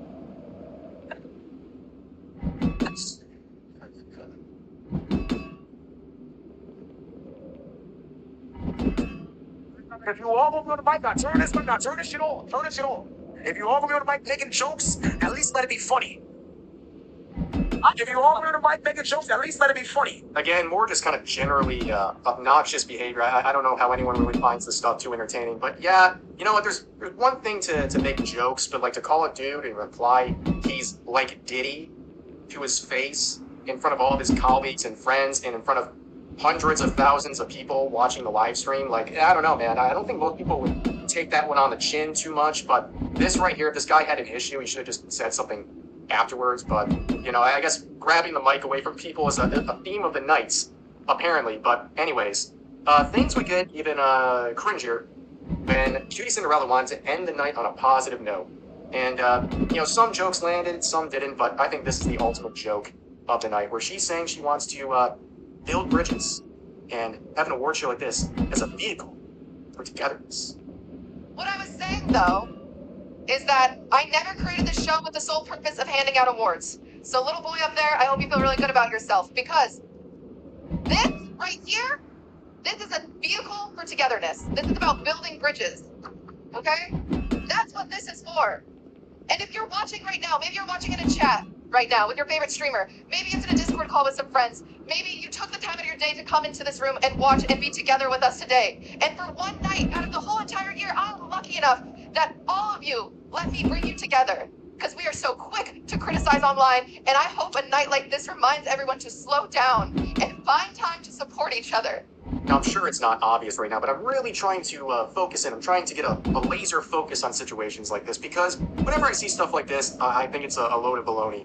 Okay, personally, like looking at this, her message about the streamer awards and how this is a place where we're having a vehicle for togetherness and building bridges and yada yada yada. It's just some kumbaya stuff. We all know this is just another circle jerk of the popular streamers in the scene, and they're just there to pat each other on the back and feel important and apparently create a lot of drama as well. But yeah, let's not pretend that's not what this is. On top of that, Cutie Cinderella being the person to deliver all this and to host the Streamer Awards is very ironic, given the fact that recently in an interview, she said she would be a much happier person if she never became a streamer. The timing on this, not the best. But there's also something else in this that I want to point out. It's not really that fair. It's not really a vehicle for togetherness like she wants to say. It's the people in the in crowd, specifically people who are brand safe. And brand safe has a very weird definition, because apparently zapping dogs is brand safe, but being people like Asmongold is not. And this was his thoughts about the future possibility of him ever winning a streamer award. Spoiler alert, I don't think it's going to happen. Maybe next year people vote for you. Oh yeah, yeah, for sure, guys. For sure, I'm gonna get in there. I'm never gonna win an award. I'm never gonna get invited to the show. It's never gonna happen. It's never gonna happen. It's not gonna happen next year. It's not gonna happen the year after that. It's never gonna happen. Like it, love it, hate it, cry about it. That's the way it is.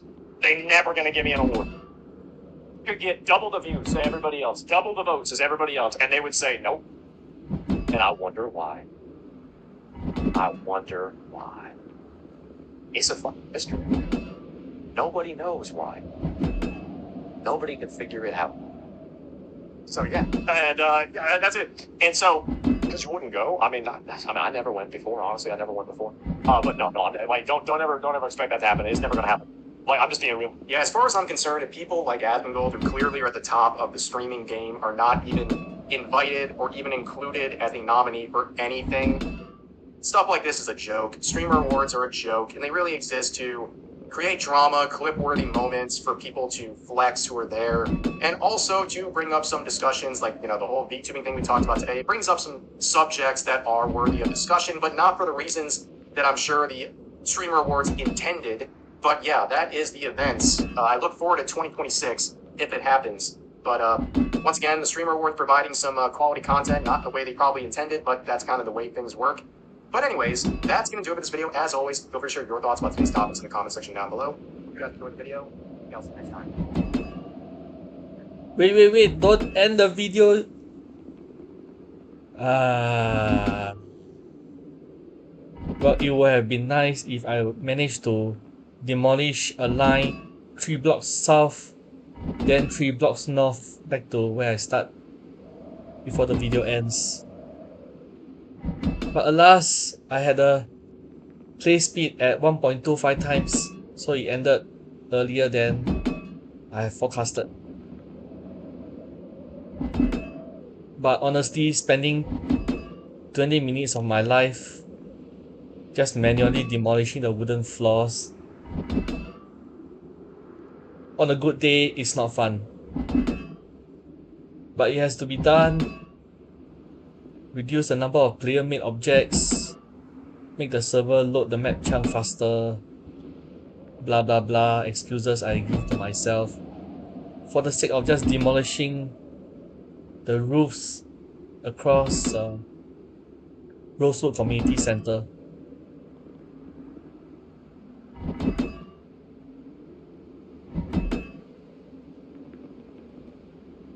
And now, time to look for another video to watch.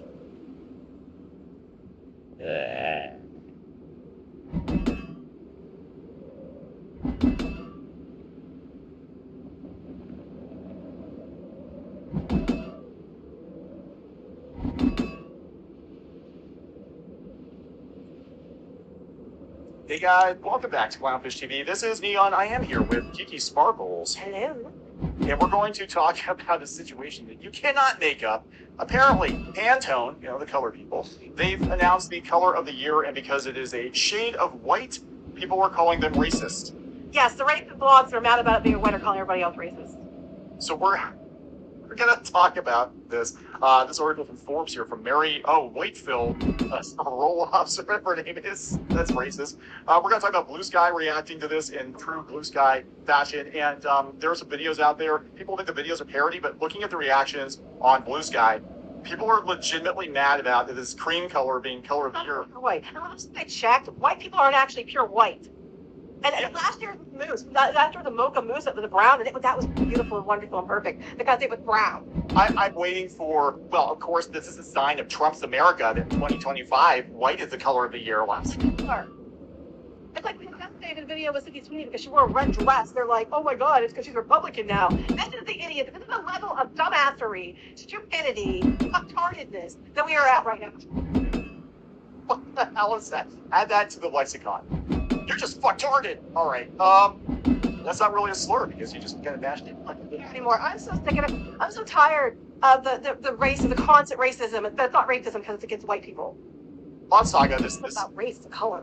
Massive, ridiculous overreaction to Pantone picking a color. This is why we can't have nice things. Before you get to any further, please subscribe for more pop culture news, views, and rants, guys. You'll get a woohoo if you do. Woohoo. Go out to more.clownfishtv.com. That's more.clownfishtv.com for more Clownfish TV paywall content, more podcasts coming later this year, going into 2026. We're going to do a lot more over there. So thank you so much for the support. And yeah, it's just the words black and white are racist to some people, especially in tech. Like, you can't talk about something being blacklisted or whitelisted. You can't talk about certain websites being whitelisted. We can say Black Friday.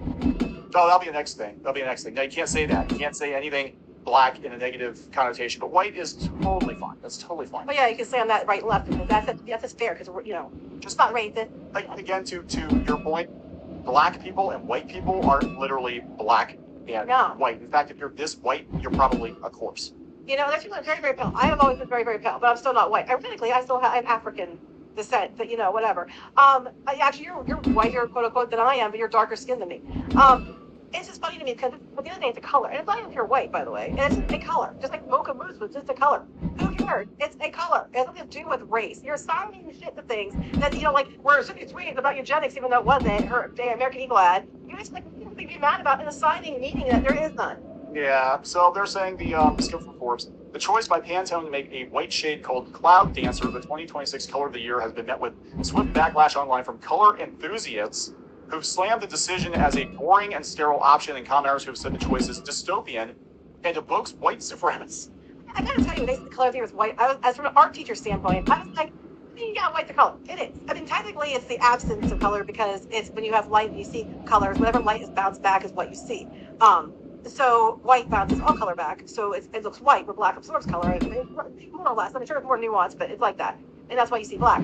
So I was like, that's weird that you're picking color of white, because white is kind of like a, a sterile choice. But it was more about the fact that, it's color, but it's an interesting choice. Well, it was there about race. No, they said this is why they picked it. They said it acts as a whisper of calm and peace in a noisy world, and they thought it was going to be a green, but they decided to go with the white, relaxation. But you can't say that, because then you're going to say that only white people are relaxed and brown people have to be nervous in 2025 or something crazy shit. What you say, it doesn't matter what you say, that these idiots online are going to go make it about race. I mean, I get the argument about being sterile, yeah, but the race thing is just really, you're really bending there. They were calling it, let's see, the hashtag Pantone Death.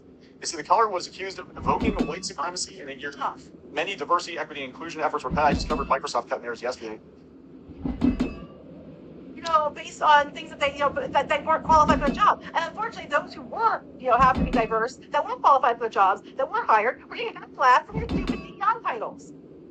This is watchdog organizations born the ideals of white nationalism are becoming normalized. Some speculate the color choice was made without the input of people from diverse groups, and others call the choice a recession indicator. You can't even sort I can't afford color anymore.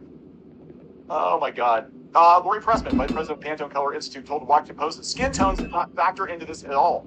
They said, yeah, in 2024, they chose the nude skin tone like peach fuzz. And last year, when warm hue called Mocha Mousse was chosen. Yeah, so this is not the first time they... Yes, when they had peach, they were told to call for peach, and then but when they had mocha, it was all fine.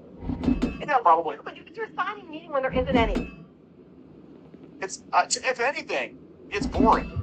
Yeah, that's what I thought when I saw this white. I was like, hospital. It's hospital white. Yeah, it is a color. It's not saying it's not, but it says, I thought that was a weird choice. I mean, I would stay away from pure black or pure, it wasn't pure white, but I'd stay away from both extremes. And it's because they're like the absence of color or the all color. And I would just go with like other shades if it was me.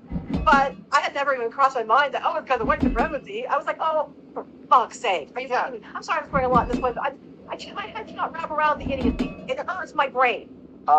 So yeah, 2023 was magenta. 2024 was the peach fuzz, which probably looked more like a skin tone, and then last year was Mocha Mousse. Again, these are not indicative of race. The only thing that's different this year is Trump is back in the White House, and the TDS is bleeding in. There's been years of racism against white people. I'm sorry, you can get pissed if you want to, because the truth's the truth. I'm so tired of it. I'm anti-racism across the board. Like, I don't believe in being mean to anyone based on the color of their skin, ever. And I'm sorry, but when you're doing it, but you're doing it only to white people, it doesn't mean you're not a racist. You are.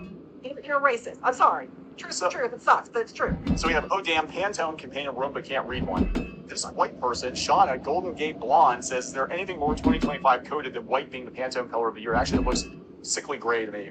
Yep, Pantone's ass. Who landlord pilled Pantone?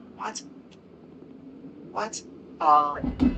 Yeah, I mean, to me, that's more like it's a sterile color. Like, it's all, that's what my takeaway from it was when I saw it a few days ago. I was like, Pantone. This is what's crazy about this, though, is, okay, so they're going hard at Pantone, they're going hard at Adobe because they're using AI. I'm like, if you guys are the creatives, the artists that use these tools the most, and you're basically going to be like, I'm going to boycott Pantone. I'm like, so you're never going to print anything ever again? You're never going to design anything? Here's about this any other time, like the Pantone color of the year, you didn't even know that probably was even a thing until you're all outraged about it. Like I did, because we work with this stuff, and because I was the art teacher and stuff, I knew that they did this every year. God, college and jump on because blue sky says be angry. You can't think for yourself. Here we go. Pantone color of the year runners up. We have Pantone gated community snowfall.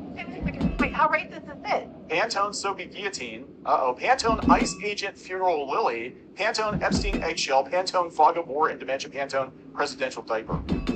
Okay, I was gonna say the first one's gated community snowfall. How racist are you? Because you automatically assume that people who aren't white don't live in gated communities, which I can tell you for a fact isn't true. You automatically assume that only people who live in gated communities are white people. How racist are you? You all complain about people being racist against people that aren't white, but you didn't vote racist against people who aren't white in that comment. And presidential diaper, I think you got that confused with last year. I will tell you. The presidential one too. That there are many brown people in very, very exclusive neighborhoods in the Pittsburgh area because of the medical and tech industries. Generally in sports. Yeah, I'm just going to leave that there. That's all I'm saying. Yeah, they're only white people in a gated community. Just super fucking racist with that. You're going to own you by being racist towards people you say you're defending? How dumb are you? Pantone color of the year is trying to ruin my life. You should stop this. little white. Do I think it's a good choice for color? No, because it's boring. But do I think that it's racist? No. You have to do this all the people. The blue sky, first of all, the blue guy. That's what we do is spend their time, their entire existence is spent scouring for things to be triggered by because on the internet and they're mad and you have to constantly be an activist because they don't know how to turn it off. So of course they're triggered by this. God, this is insane. So you sent this video over. I don't know if it's parody or not, but it's, you know. Okay, we're gonna take a look at this. Hey, Pantone, you're fired. You really chose white? You chose white? She's white. Our coat's white. Like her coat's white. I point that out on Twitter. I'm like, you're wearing a white coat. You racist? Oh my God, these people are gonna totally. I mean, this is what gets me. Oh, you need creatives. You need actual creatives in the creative industry. Let's shit on Adobe and shit on Pantone. And I'm telling you, the robots are gonna move in a lot faster because they're like, well, we don't have any graphic designers. Thinking like, so if you're a person that's not white and you're not allowed to wear white, and you're not allowed to wear white because if you wear white, you know, you're supporting white supremacy. Because I mean, that's the same argument. And they'd be like, no, it's a color. Yeah, because it's just a color. You know who else wears white clothes and a hood? Oh, I know, right? That means anybody who's not, you know, darker skin can't wear brown. I mean, this is stupid. It's a color. I can't wear brown. I don't look good brown. So I will not wear your identity. Don't worry. I can't wear brown at all. Or black all the time. Yeah, it's actual black. See, there's a difference. There's a difference. In these times, In these times. you're fired. This is Katie Rogers Feng Shui. I know the danger of that kind of messaging. Oh, it's not parody. If she's a feng shui person, that's not parody. And I might have code. Somebody should just walk up and she was. The danger of wearing a white coat and what message that sends? You bigot? You bigoted bitch? What the hell? I should just throw some spray paint on that coat just to, erase the whiteness from. If that's not parody, I'm not having it. Really, really, really, really bad choice. So she's burning it, and she's burning her, and it was probably from a previous year, probably not even the current year one. She's burning her color swatch because she's an interior designer, feng shui, whatever. She's burning her color swatch. Those things aren't cheap, but I guarantee it was probably an old one. I doubt she's burning the one that she's bought. Yeah, they're expensive. So yeah, this is the person that picked it. Yeah, here goes. Okay, let's Send you. get this person. Pick white. Why don't you get the one presented it? I mean, I'm sorry. If there was an issue, you'd think this person would be like, yeah, I'm not doing this. Let me state clearly that white is indeed a color. Oh. We knew that people would have emotions about this year's color. The need for space. Space to think, Booing her? recharge, imagine, and most importantly, create. It is scientifically proven that quiet fuels creativity. By allowing her mental disengagement side, I'm just waiting for people to be like, of course, the white stays quiet. well, you gotta bring the space it needs for problem solving, divergent thinking, and letting fresh ideas emerge. So I believe our color psychologists did what they do best when they selected this year's color. Ouch, they're attacking the black woman presenting the white color. Yeah. None of this would have been an issue 10 years ago, 12 years ago. Would be like, it's boring. Yeah, it's something I thought when I saw it. I was like, wait, that's kind of boring. But it wasn't like, I was like, oh my God, they're racist. What the little fuck? You know, that wasn't what I was like, okay, that's, but it's color. I was like, it's a color, so it makes sense. Winds up getting used very often, unless you're in a hospital. People were pointing out this Katie Roger. They said, you can burn all the paper you want. Your feng shui business, 2,500 followers only, will continue using Pantone because it's literally the universal color language, particularly in the design world. It's pretty much it. Like, Pantone's pretty much it. Sarah Luna, meanwhile, she makes a living culturally appropriating feng shui. She looks in the mirror. Parody. I don't think it's parody. If she looks in the mirror, will she set herself on fire too? Oh, that's funny. As a previous Sammy owner, the manufactured outrage is hilarious. His name for Sammy. See? It's not. Well, dog tone. That's my name. Yeah, do we have to get rid of the dogs too? God. This person here says I'm cloud dancing with my great jeans. It's mostly liberal white women. I mean, we've commented on this. We can say it because we're white, right? We can say it because we formerly identified as a liberals, but I don't know what the hell the modern version of liberalism is. It's insane. Liberal white women are the biggest problem in this whole, like, they need hobbies. It kind of reminds me of Mary Poppins, where the wife, she was like, her full-time job was being a suffragette. Okay, she's a bored rich. I know, but she was a bored rich woman, so she needed a cause, I think. And that's what I see going on. I see a lot of it, and it's all people getting offended on behalf of people who didn't ask you to be offended on their behalf. I mean, that's actually more insulting. It's like you won't, unless somebody specifically asks you for help, you're taking it upon yourself to be the white savior, right? Isn't that what's going on? I'm like, oh, you know, what's racist? I'm like, sure. I'm sorry for swearing. I get triggered over incessant, you know, stupidity, hypocrisy, you know, just like made up shit. It irritates the hell out of me. It's like I can't stand lies, I can't stand hypocrisy, and that's all this is. Here's a YouTuber. My disappointment is immeasurable and my day is ruined over a freaking color. Yeah, wrote on top of it pure white, and it's not pure white. It's not pure white. It's off white. But yeah, they're having a huge meltdown. And I guess we're not changing it. I mean, look at how far things have gone though, because we have the Pantone thing, we have the Adobe thing, and then we have Apple.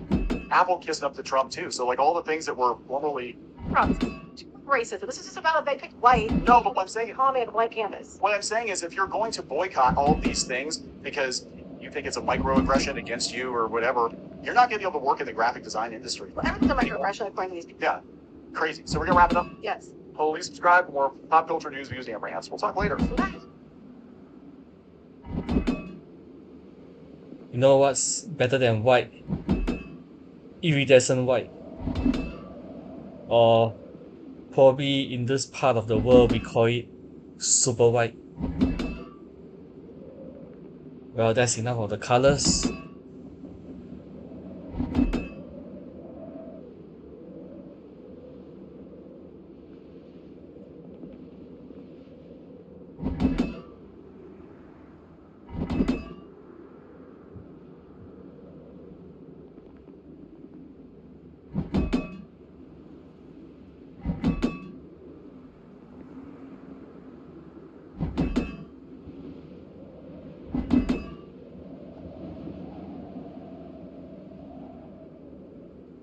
Watch it? You think is it that good? Cosplay today is something widespread enough that many have made a career out of it. Yeah. It wasn't always this way. Not until the late 2010s, when a legendary cosplayer, Enako, changed the entire industry in Japan. Enako was the first one in history to explicitly show the entire nation to a mainstream audience that cosplaying can be your job. But behind her flashy popularity were a plethora of problems. And if it wasn't for the actions of multiple fans, she, and possibly the cosplay industry, would not be here today. Enako was born I feel like a lot of cosplay like right now is getting more and more popular. Like I even see, I mean, we had like fucking Tim Walz use the word.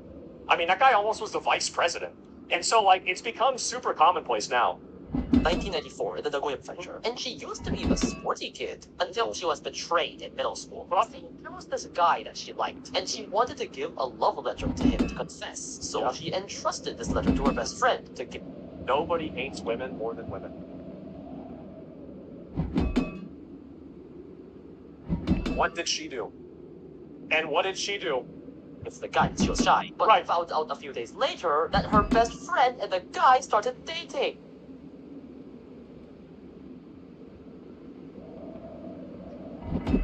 Of course. Obviously. Duh. Yeah. This was how she spiraled into otome game dating. So she got NTR'd in middle school by her friend, and then she became a cosplayer? How did these two things fit together? For girls, she legitimately fell in love with the anime guys, and there was no going back. Oh. She became immersed in otaku culture. Oh. Soon, a friend first introduced cosplaying to her, and she loved it. Enako would start dressing up in her own. So she's fucking crazy. Nice. But it was fun. But her mother did not exactly approve. Fucking based. Yeah. This was a time when otakus were quite looked down upon, at least much more than today, and cosplay outside of the anime sphere was this niche for weirdos. I do feel like it's still kind of a niche, and it's not, like, super accepted, but it's a lot more accepted than it was. Mom explicitly called her cosplaying disgusting to her. Damn. Even sometimes threw out her anime figures and merch. So she tried her best for her daughter, but the girl still managed to fuck up her life. Yep, like throwing away all these anime boys. Please just find a real boyfriend. No, Mom, I was traumatized in middle school. I can only date anime guys now. Enako called this traumatizing, and her relationship with her mother at the time turned sour. Regardless, Inako persisted, and when she became old enough in high school, at 16 years old, finally managed to travel across the country to Tokyo to attend Japan's largest doujinshi fair, Konoha. This was the major turning point in her life. She didn't have a following, she was literally a random high school girl cosplaying at a big event, but as she appeared in cosplay, crowds of photographers swarmed to capture her costumes, and when those photos stood up, word spread about this drop-dead gorgeous cosplayer. Which is the main thing that, have you guys ever noticed that all of the really popular cosplayers are hot girls? Am I the only one that's noticed that? What do you think the odds are? How about that? Went viral, and many were waiting to see her again at the next event. Is this the plot to 2.5D seduction or whatever? Inako had various appearances in life to cosplay. Wasn't all roses, she had to get used to hate comments, people calling her ugly, baseless, rude, calling her fat. Yeah, sure. She was quite hurt, but still persisted. At 18 years old, with two other girls, Inako formed a cosplay idol group, Panache. Oh my god. They've released a few songs, did a few live concerts, and were even invited to perform at a doujin event in China. I don't understand this shit at all. I'm gonna be honest, this is just crazy to me. This group was short-lived and disbanded only after half a year because one of the members got a traditional office job. Damn, she got a real job? That sucks. Left Inako at a crossroads. See, this was the time she was also just getting into uni and wasn't sure about cosplay. It was tiring to be in the spotlight, but more importantly, being a professional cosplayer just wasn't really a thing. See, why is this girl really popular? Do you guys want to find out why?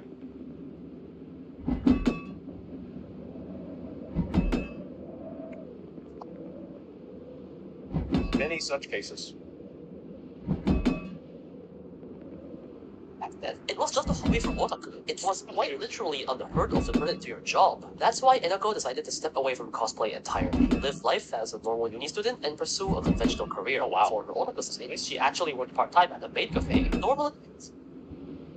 There's maid cafe. Oh yeah, I did know that. Okay, never mind, I did know that. This is where the tale would end, but Inako had one dedicated fan base. In her It's a bunch of simps. student years, fans online were constantly asking her to return, relentlessly. It got to the point where people from Tokyo would frequently travel to Nagoya to go to the maid cafe she was working at and keep asking her, Holy shit! God, guys, this is crazy! to come back to cosplay anytime? One man's passion over time really got to Inako, and 1.5 years later, Inako wanted to answer her fans' pleas and announce her return to cosplay, but What does it say again? I'll see if I can find it.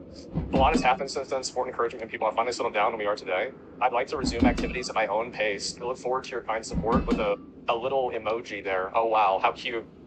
Wow! But this time, it was different. She aimed high. She set out to build a career. And to be fair, this is a really good one. It is. This is my favorite character in Sinless Zone Zero. It almost got me to play the game. Of cosplay, something that basically did not exist at the time, as she's it was like her high school momentum had never dimmed. Her photos got featured at exhibitions. She rapidly because she's really fucking hot, obviously. Goddamn. Big surprise. Offers to cosplay official character for game companies. She even started voice acting, something with some mobile game roles. And she even expanded to Gravier. Okay, so that is, in case anybody doesn't know, basically like PG-13 OnlyFans. In Japan, I'm pretty sure. Is that a relative? I think? Is that accurate? Awesome cosplay, with an offer at one of the biggest Gravier magazines, Weekly Young Jump. A cosplayer in a little magazine was already a step up for the profession, and 2 months later, she would already be on the cover. This is disgusting, get away. I don't understand. Can you show us? No, I can't. Magazine. Literally the fastest in history to go from debut to magazine cover. Man. In 2016, only a year after returning, she was already making 1 million yen a month. But the rise. How much is that in real money? $10,000 a month. Okay. But the rise would just not stop. She earned countless rewards on cosplay, modeling, blogging, everything. She eventually even expanded to host her own radio, and then in 2018, she started writing in a monthly serialized fashion magazine. Yeah, she writes too. How many jobs do you want? just did things and it would just somehow work. In that same year, It's actually crazy. Like, it's good for me to see this because it really goes to show that working hard and really putting in a lot of time into something, you will automatically outperform so many other people in the space because the other people are lazy and stupid. Straight up. Straight up, they're lazy and dumb and they're not going to do anything. So if you just simply show up and do your job, you're going to be in a really good situation. Hot helps a lot too? Yeah, but every other girl that's doing it's also hot. Let's be her honest. first charity cosplay photo shoot, raising 2.68 million yen for victims of that year's floods and earthquakes throughout Oh, fuck. Japan. By the end of 2018, Inako was nearing millions in followers, Man.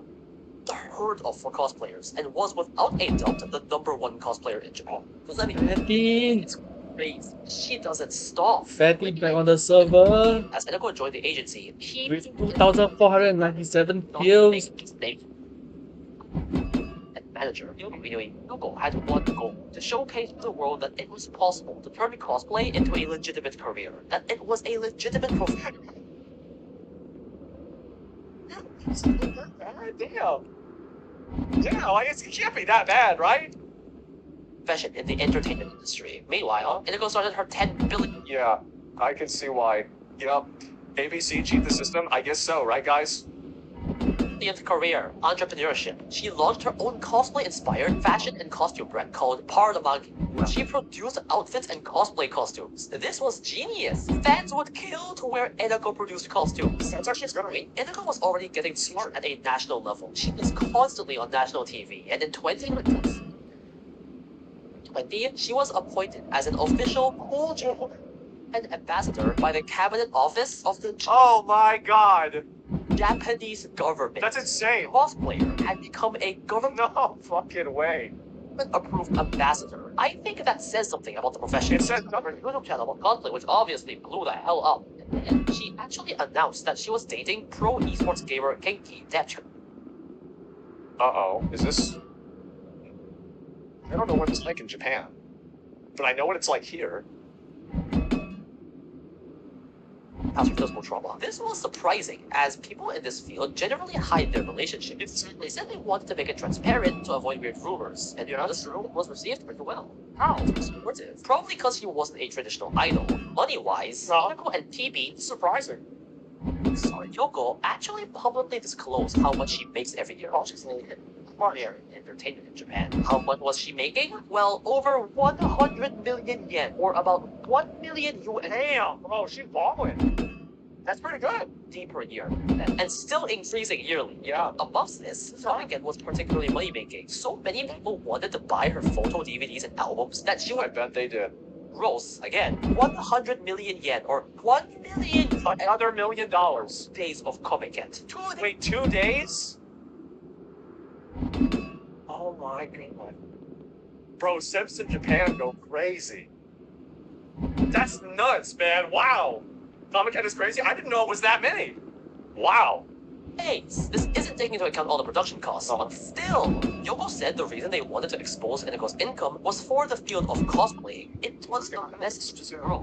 Look, Sure. this is how much a top cosplayer make in the entertainment industry. This industry, this profession, is just as valuable as other entertainers. Well, it's also that the thing is that this is what OnlyFans girls do, is that they post how much money they make on OnlyFans, and it's like a passive fucking advertisement, right? Because if you post that you're making a bunch of money on OnlyFans, people are going to look at it and say, wow, well, I guess it's because it's good. And then before you know it, they're subscribing to the fucking OnlyFans. OnlyFans. Wanted the mass media, the world, to accept cosplay as a possible career path. And nothing makes the case clearer than big, undeniable numbers. This really inspired younger cosplayers. It shows them that, yeah, it's possible. You can do it. I don't think it's an exaggeration to say that Inako made half this industry and is the reason cosplay can be so widespread and accepted today. She's the... I think that it is really popular, but I think another big reason why it's become more popular is because the media surrounding it has become more popular. Like, now you got Kai Cenat going up on stage saying that Death Note cured his depression. Like, we on a whole different level now.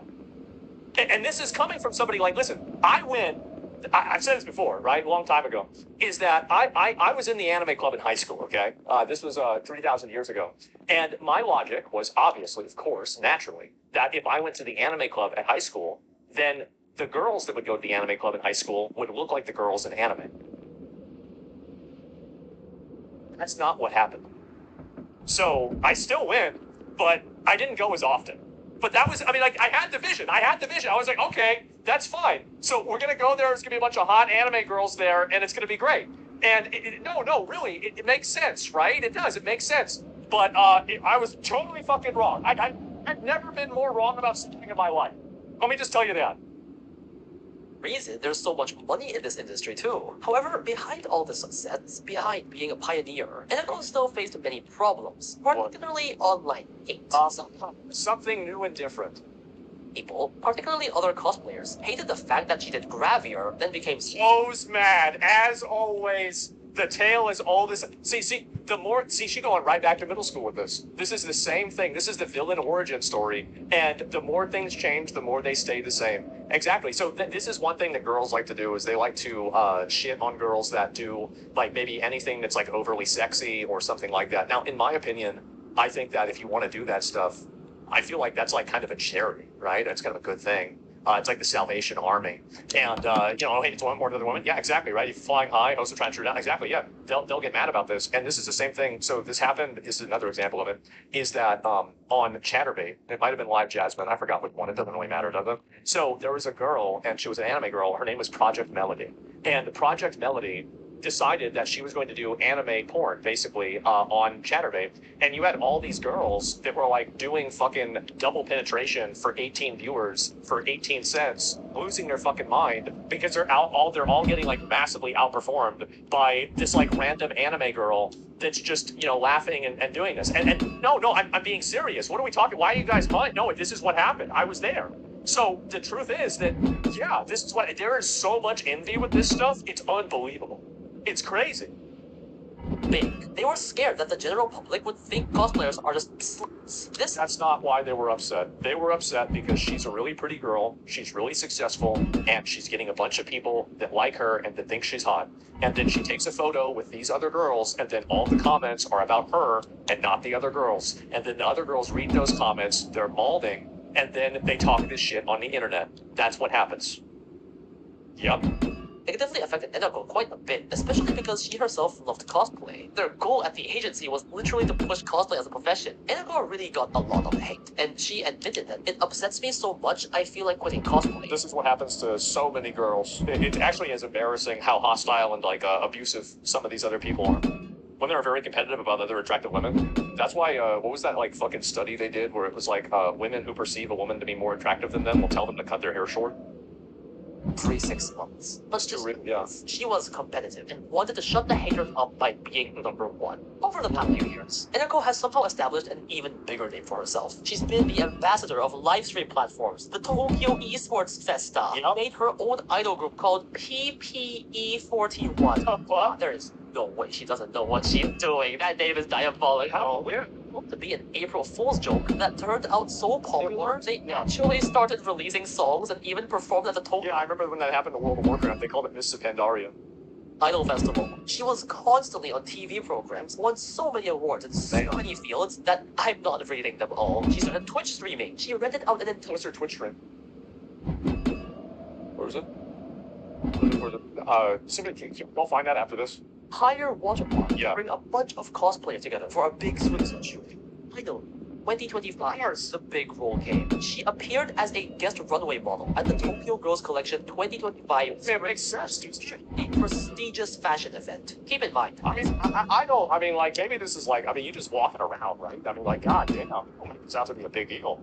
A fashion show for top models, actresses, and Enako was a part of it. Enako was no longer just a cosplayer. She could be called the pioneer of this entire industry in the business sense. That's nuts. To be honest, I don't know if there's any Japanese cosplayer even close to her popularity. Wow. I'm not really that surprised, honestly. And especially because, it's kind of like whenever talent and hard work meet, you're going to have people that are, really, really, really successful.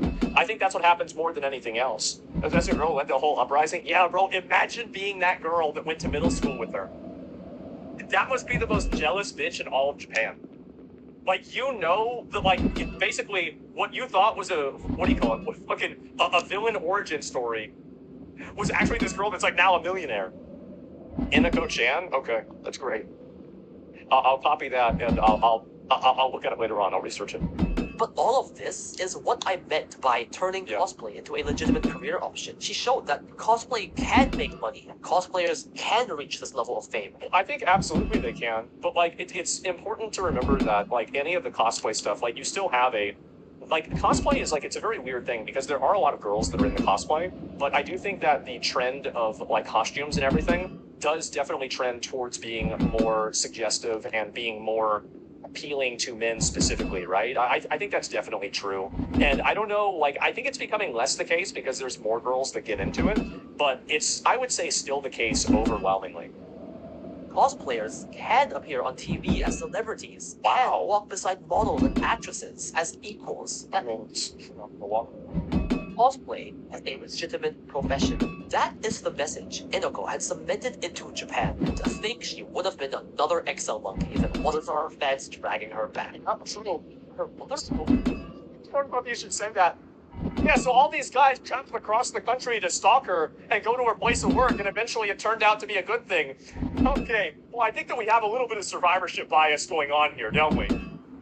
Over time, actually came just a little bit. Except cosplay, and today she actually helps Inoko with making her costume. Wow. To reconciling their relationship.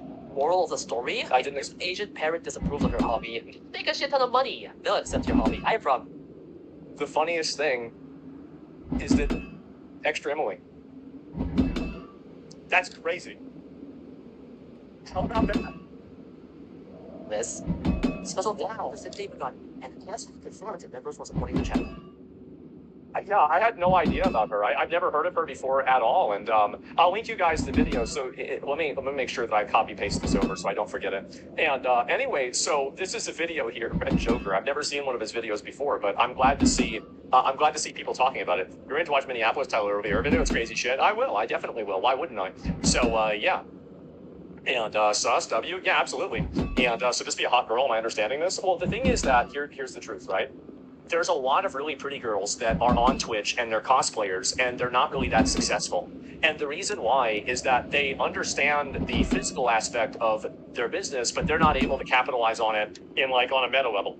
And I think that really, if you look at the peak of performance, like it's the same as like basically it's the same as like professional sport, for example, is that you know, in like kind of like, you know, semi-professional sports or maybe high school or sometimes even college, right? You're going to have people that are either incredibly talented or incredibly hard workers, right? Like let's say there's a guy that's like playing basketball and he's 5'10". Well, that would probably work pretty well, you know, in like a high school, you know, basketball team. It'd probably even maybe work in some college teams, but you know, it probably wouldn't fly in the NBA or in like a District 1 team, D1 team, right? Obviously, but like at the very peak of almost every level of performance, you have people that are both very naturally talented and also very hard workers. And so you have tons of girls that are really hard workers and they're face filtering the fuck out of themselves. And it still works very well, but they're never going to reach this level of success, right? And you have other girls that are ridiculously fucking attractive, but they're not able to like really syndicate and push out their media in a big way. Like Kobe, yeah, exactly, right? I mean, LeBron, Kobe, you know, Kobe Bryant, right? Fucking Michael Jordan, Shaq, right? Even Shaq. I mean, like there's plenty, I mean, Steph Curry,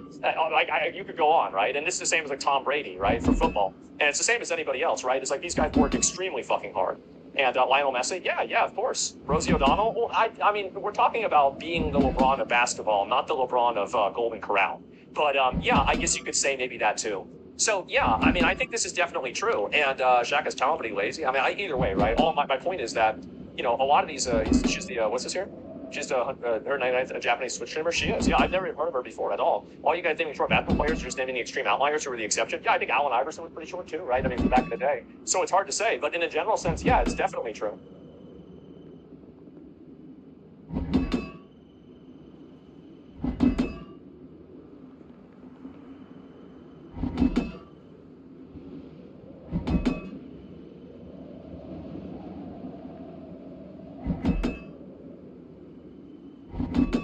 Eat them.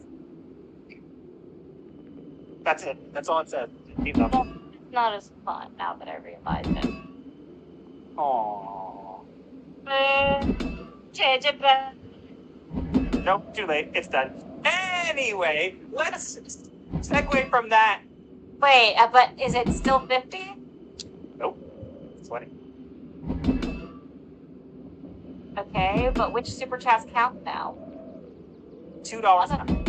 None of them. The goal has started all over again. Yes, I got it. I made it. Okay, look, it was meant to be a joke. It was not a good joke. They're moving on from it now, okay? Joke! Just see the struggle. Muting Raven Spike. Anyway, so we're gonna move on to the next things. What? We're gonna not. Quiet. No. I will remove you from the show. I will turn this stream around. I will turn this stream around. Don't try. It's meant to be a joke. It was bad. We're moving on from it. Anyways, let's move on to some more exciting news. We have to thank every single one of you because we have actually, within the past, actually as of last, was it last night? It was last night, I think, yeah. As of last night, we have hit and surpassed by quite a significant margin 17,000 subscribers, and we wanted to hit that by the end of the year. So we hit it. We did it. Applause button. I got it. Yay. It's a very short applause. I know. Kind of lame. How long is it? Hold on. That's like 4 seconds. 4 seconds. That was like 2. But yeah, anyway, so we hit that. We've hit that goal. That was actually our goal for the end of the year, so we've already hit that. So that is a very cool thing that we've done. Also, we have updates on the VTuber avatars, which you're not going to get to see because that joke didn't work. But I will say that they are looking much different, and different in a good way. And Bifu's done an amazing job, and we are all set to have our debut January 1st. Woo! Now, the question is, I actually haven't checked. What day is January 1st? Good idea to check. Thursday. So, the Sunday after. No, we'll do either the Sunday after, or we'll do like a special stream for like an hour or something. Okay. We'll figure it out. Because you're the one who does everything for YouTube. Oh, okay. Thanks, honey. That's nice. I would do some stuff if you would let me. Why is everybody... But... Had it enough to know how it works? No. I don't trust you with the knife, and I don't trust you with editing tools. Well, no one should trust me with a knife. That's true. Anyway, but yes, so that is coming, honestly, literally, guys, you don't understand, we have about 3 to 4 shows left. With us as cartoons. And then these cartoons will still be around, but yeah. Oh, Protocol has a good idea. We'll get to that. But yeah. So, yeah, that's pretty much it. Just keep in mind, and you know that we will be changing. Things will be changing. Thank you for helping us hit 17,000. And we now have a new goal because people got annoyed about the 50 super chat one that we made on purpose that you weren't going to hit. I didn't think of that. Do we have anything else? Oh, Raven's birthday's coming up. You don't have to say the day. Raven's birthday is coming up toward the end of this month, so that's cool. Yep. Hooray! I'm turning anyway. 30. Yeah, you're turning 30. Oh no. She says, knowing full well that he is 31. Well, I'm bragging that I'm still in my 20s and it's going to end. It's not a birthday, it's a 20s funeral. No, you just want it to be a funeral. Well, considering that it is that birthday decorations that represent a 20s funeral is actually a thing. For my birthday. But that's nice. Anyway, good luck with that. Anyway, so you know the goal. The goal is if we get 20 super chats from $2 or higher, we will let you guys know the Meatloaf story. Okay, there you go. Yeah. Are we good now? Yes. Let's get into the chats, and let's say hi to the chat. We'll say hi to No. the chats, and then we'll move into the first topic. So we got a packed show today. Yes. Give me just a moment to get the timer. You should have it ready. We've been doing this show for 63 episodes. This is what you do? Shit. 3, 2, 1, begin. The great one is here. In 8 hours before the stream. Why did you do that? Because I schedule it that way. I should make it private until later on. Make it out for diversity officer clocking in under the weather today, but I think I should be around unless I pass out or something. Plushies for Raven, waffles for Master, the three-headed gator is real. No. But here's your diversity clip, I guess. I don't know why the three-headed gator is a thing now, but sure. It's the differences that make our world so rich, diverse, and wonderful. I still hate you though. You're welcome. Anyway, Griffin of Might says, I've gotten parts settled for the expansion of the asylum and other renovations. New pits underway. I hope you don't mind. I raided the Grimmer to make Frankenstein monsters to help. And then they clean up the fountain that definitely doesn't have sharks in it. And you can, okay, I have no idea what you're doing with the asylum, and quite frankly, if you're hallucinating expansions, you can do whatever you want. Yeah, but as long as you make sure to put the bodies back where you found them. No, let them wander. Rockball says, so that's the great one here. I'll start the show for the first. He posted the message 8 hours early. Yep.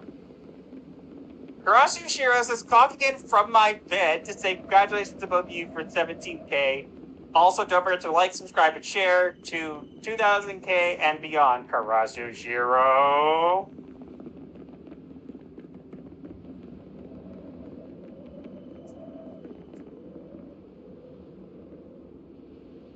Go to sleep. Go to sleep. Grimlock is here, clocking in. Designed a new snuggle bed with fleece sliding for a warmer self-love. Try A what? this is all I have to say. Well, you just bought yourself a week of no TV with that comment, mister! Yeah, what he said. Banned. No, I'm just kidding. Agent Surmaster says, probably won't be able to do memes tonight, we'll be listening in the back. That's fine. The fact that anybody decides to do memes for us is cool, which, by the way, if you guys want to, we have, in our Discord server, we have a specific room called Memes and Streams. And if you have any memes that you want to share, you can always drop them in there. It doesn't have to be just a couple people. Feel free to drop whatever. We're trying to make it a thing where we, at the end of the stream, go over the memes, but we'll have a couple people doing it there, which is fine. The fact that we even have a couple is great. But yeah. Yeah, but it's not as fun if it's only a couple of people. Sure. Thunderkid says, clocking in super early, Master Raven, since you have nothing special other than some announcements in the future, I recommend you check out Ash vs. Jiki when you can. Closer than I thought, but fun. So, I know that that's out, and honestly, we wanted to watch it, but we've had a really busy day, and when I saw it was 30 minutes, I'm like, no, not happening right now. So maybe we'll watch it tomorrow at some point. We'll let people know what we think. Maybe, but Yugi wins. I don't care what anybody says. Yugi has gods on his side. What does Ash have? What does Ash have that can defeat? That can defeat a god? Ash Greninja. What's that? Haven't watched. Anyways, Russ Williams says, hey, hello, clocking in. But Potter Decker Miller says, hello. ASMR Con, that's a new name, maybe. I don't know to show the handles now. Is Morbid Fury says, greetings to all. Vowels No Vowels says, Spider-Man. Spider-Man. Miles Morales pretends to be Spider-Man. Is he Peter? No, he's not. He's just another DI stock. Look out. Here comes Spider Scam. No. Teal Eyes is clocking in. Youngblood Race is clocked in and fed the fountain sharks. Hail all. There are no sharks in the fountain. Everyone is watching Tora in honor of the Navy today. Tomorrow, popping in midway to finish the duology. Cool. Sylvan says, like and subscribe, or Master will sleep on the couch tonight. We don't, well, I mean, we don't do that in this house, because, Raven doesn't like when I sleep on the couch. I actually threatened to sleep on the couch to get her to, forgive me for things. I'll go, I'll sleep on the couch. And she goes, Forgive you for things, although that works too. It's as a threat to make me stop doing the stupid things. or I could just pretend to be mad at her. Honey, I'm mad at you. Honey. You know, honey, they know you are the couch. See my face. How in the world are you getting upset at me? I am literally telling you, I am going to pretend to get mad at you, honey. I'm mad at you. I don't like it. Chat, tell him to stop, because I actually am getting upset. Oh, I actually am getting upset. I do something do that. I don't want it, but I just don't like it. Sorry. Please stop it. I'm not even there! Stop it. Okay, fine. Jeremy Hughes review says, hello, members of the night shift. Hello. 35000 says, ooh, another banger hit. Oliver Reincarnation is waving hi. Chaos God Lizabelle says, hi, Master. Did you know Death Battle aired Ash Suzuki today? Yes, I did. I haven't gotten to it yet. Odin Darkest here says, hail the night shift. Deku Leader says, Deku clocking in, and I have had it with Warhammer 40k Tourist Gundam. They're being insufferable. Play the clip. Nobody cares. Well, since you asked that if I could... I don't understand. I put these clips in the chair. Nobody cares. He also asked for the I've had it clip. Oh, well, no. We haven't had it yet. And we don't have enough time. TS Dark Comics says, hail, I'll just clock in. Let's have a good shift. Yeah. Captain JPS says, clocking in, there's only one Spider-Man and he ain't black. B-E-W, C-E, Winnick? C-E Winnick says, hi. Newton! No, he's been around. Oh. I didn't recognize Chris Styles, who never goes to sleep but stays up to watch us. Hello, Master, and hope you're doing well. Clocking good for the night shift. You don't have to. You could go to sleep, you know. Watch the replay. Go to bed. He's not going to do it. He's not going to do it. We've tried. You're in You should do that sleep. Catherine Testmoth is God telling you to get an arc lighter. Yeah, we thought about it. Ref says, clocking in from the Asylum bouncy castle, but the walls are stiff and all in one color. We have a bouncy? He's talking about a padded cell. The walls are stiff and they're all one color. Let me guess. Pantone white. Yeah. Joel Jimenez says, Bing Bing is truly fun. Don't know what that is. Merit66 says, clocking in. Yeah. Arthur Junior is clocking in from the pirate side of the fort. My brother used to have 3 fire extinguishers in his room. Okay. Is he a fireman or something? No, I think he was saying he was responding to your lighting a match that set our tablecloth on fire, which we never It was not. Oh. Yes, it was. You did a match over the tablecloth. That match was winking. It's not my fault. You didn't have to use the match. Anyway, Sensei 289 says, let her eat the chocolate. Let there be chocolate.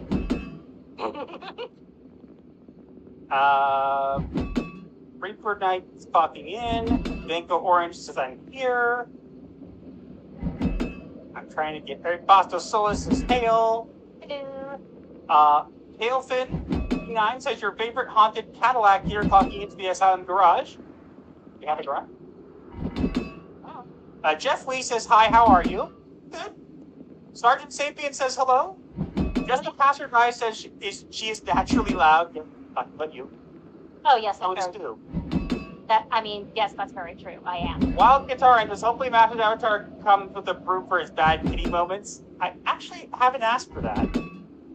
That's actually a really good idea for a toggle. Well, Lethal's doing this for us. We'll talk about it in the future. Yeah. Let's see. Who else is here? I'm looking. Do we have islands now? We will. Yes. Danny G2 says it's my 2 favorite Flash cartoon people. We're not for much longer, only a couple weeks. We're gonna be 3D soon. Nobody has spoken since I thought she writes with the knife and I saw her super chat. I'll get to it in a minute. No. Let's see. Bird Toast Based Girlfriend is here. Let's see. Am I finding anybody else? ACC. Reposted the stream. Thank you. We'll get to. We can't read any more messages, but we will see who else is here. Salutations. Let's see who else is here. I'm looking. I always miss people, I feel. I'm looking. Ash is reborn. We'll read this one, we'll end here. Go to Odyssey. Hello, sorry to be late. Hope you all are doing well and enjoying this lovely cold day. All of you are amazing. I hope you realize how appreciative I am of each of you. Aww. And Andres Campos is here as well. Okay, good. All right. Over on Odyssey, we have Sanjay Himura. Says, test, paging the dragon, which immediately was responded to by hallucinations of Opal Dragon saying, I don't believe in me, that is. Yeah. There's 90 people already? Hi, Happy Dino. Just say hi. We're putting on the Odyssey. No. But yeah, Illustrator is also there. Yeah, so I think we got everybody. Let's go into the super chats. We got a couple. Big Benson has been a member for 24 months. Holy crap. Hey, thank you. Yo, congrats, you two, for the 17 grand subs. Thank you. Hope you all have a faboo stream, not a word. And I'll get the rebound. I'm getting all snuggled up, snuggle vest or bed. Thank you for being such a member for 24 months. You are insane. Seriously. Wait, food is for 2. Pennies for the plush fund. Just need me more plushies. She literally does not have room. I need a new shelf for plushies. Nobody has spoken for 2. MTDS, what is your suggestion? I was going to get back to you on it after the stream, so we've been a little busy today. My suggestion was, I know you did it specifically for Twitter, but it would be cool because we kind of show our Discord during streams. We show our Discord too. We have a meme channel. And not that it's a big deal that people know what other people I've been talking to or whatever, like on the side it shows what other groups you're in, you know, but it would be cool if that would be blurred out. I don't know if that's a possibility, and I'm not trying to make you more work, but it was a thought that came up. I'm like, oh, it'd be awesome if we could do the same thing for Discord, you know, which is a thing we just kind of blurted out. But again, I know that Discord and Twitter are two separate things. I was just curious, so I was throwing that out.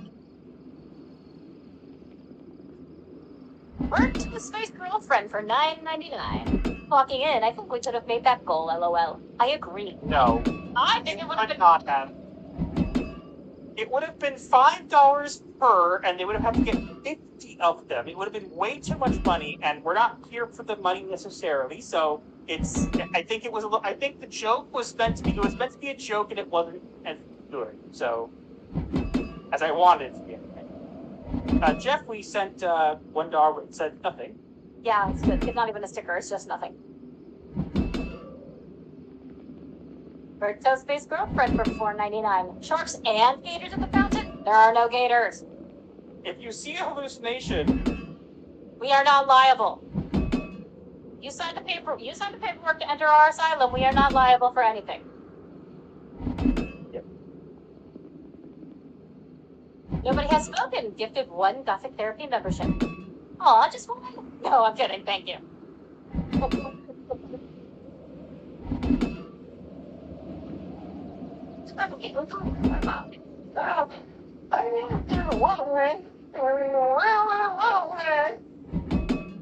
Thank you very much for letting someone join our asylum.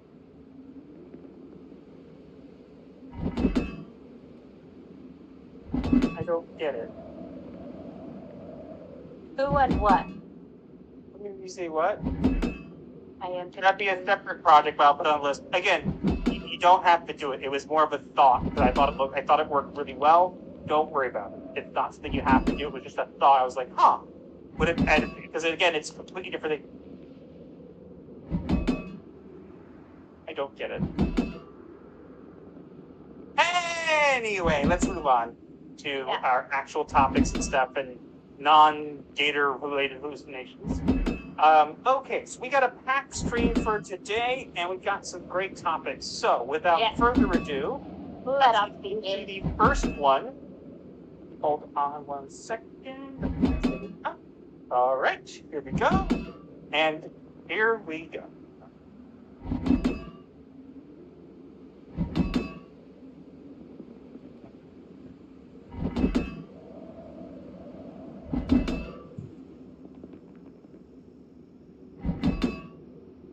Netflix bags Warner, and they all start to roar. Theaters feel death scratching close at the door. Massive change looms unless DC brings the fight. And slams down the merger, banned clean outright. Oh boy. I mean, I guess you could call it a bloodbath, but that's... I need a bloodbath. It's not really a bloodbath unless it gets... We're getting a bloodbath. I'm calling it a bloodbath. I don't care. Bloodbath, I like saying the word.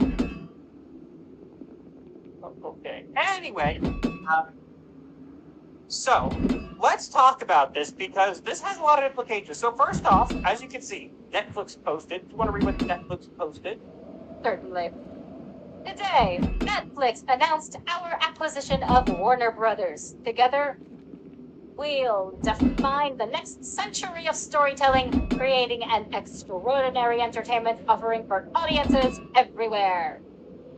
Flamboyant. Yeah, and then I'm the one who added the what's it called? Waka waka waka waka waka. The fact band. I found it. Someone else did it. Waka waka waka waka. I found it and decided to put it there, but I thought it made sense. So let's talk about this. So first off, there is a chance that this will not go through because keep in mind, this is a big change. This is a big thing. You might not think it is, but it kind of is in a sense where if this happens, basically I keep making this comparison and nobody else seems to understand or remember what it is. Do you guys remember a game from a while back called Agario? That sounds familiar. So it was a game where you were a bunch of different colored blobs and your goal was beating up other blobs. And honestly, I feel like there are just a bunch of big blobs. One of them's Netflix, one of them's Disney, one of them's whatever, and they're just eating the other blobs. And at the end of the day, we'll end up having them all eat each other. Yeah, that sounds accurate. It's a snowball effect.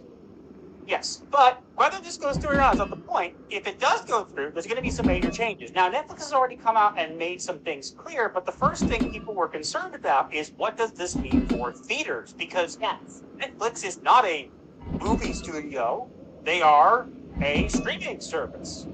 And streaming has really impacted theaters. A lot. Yeah.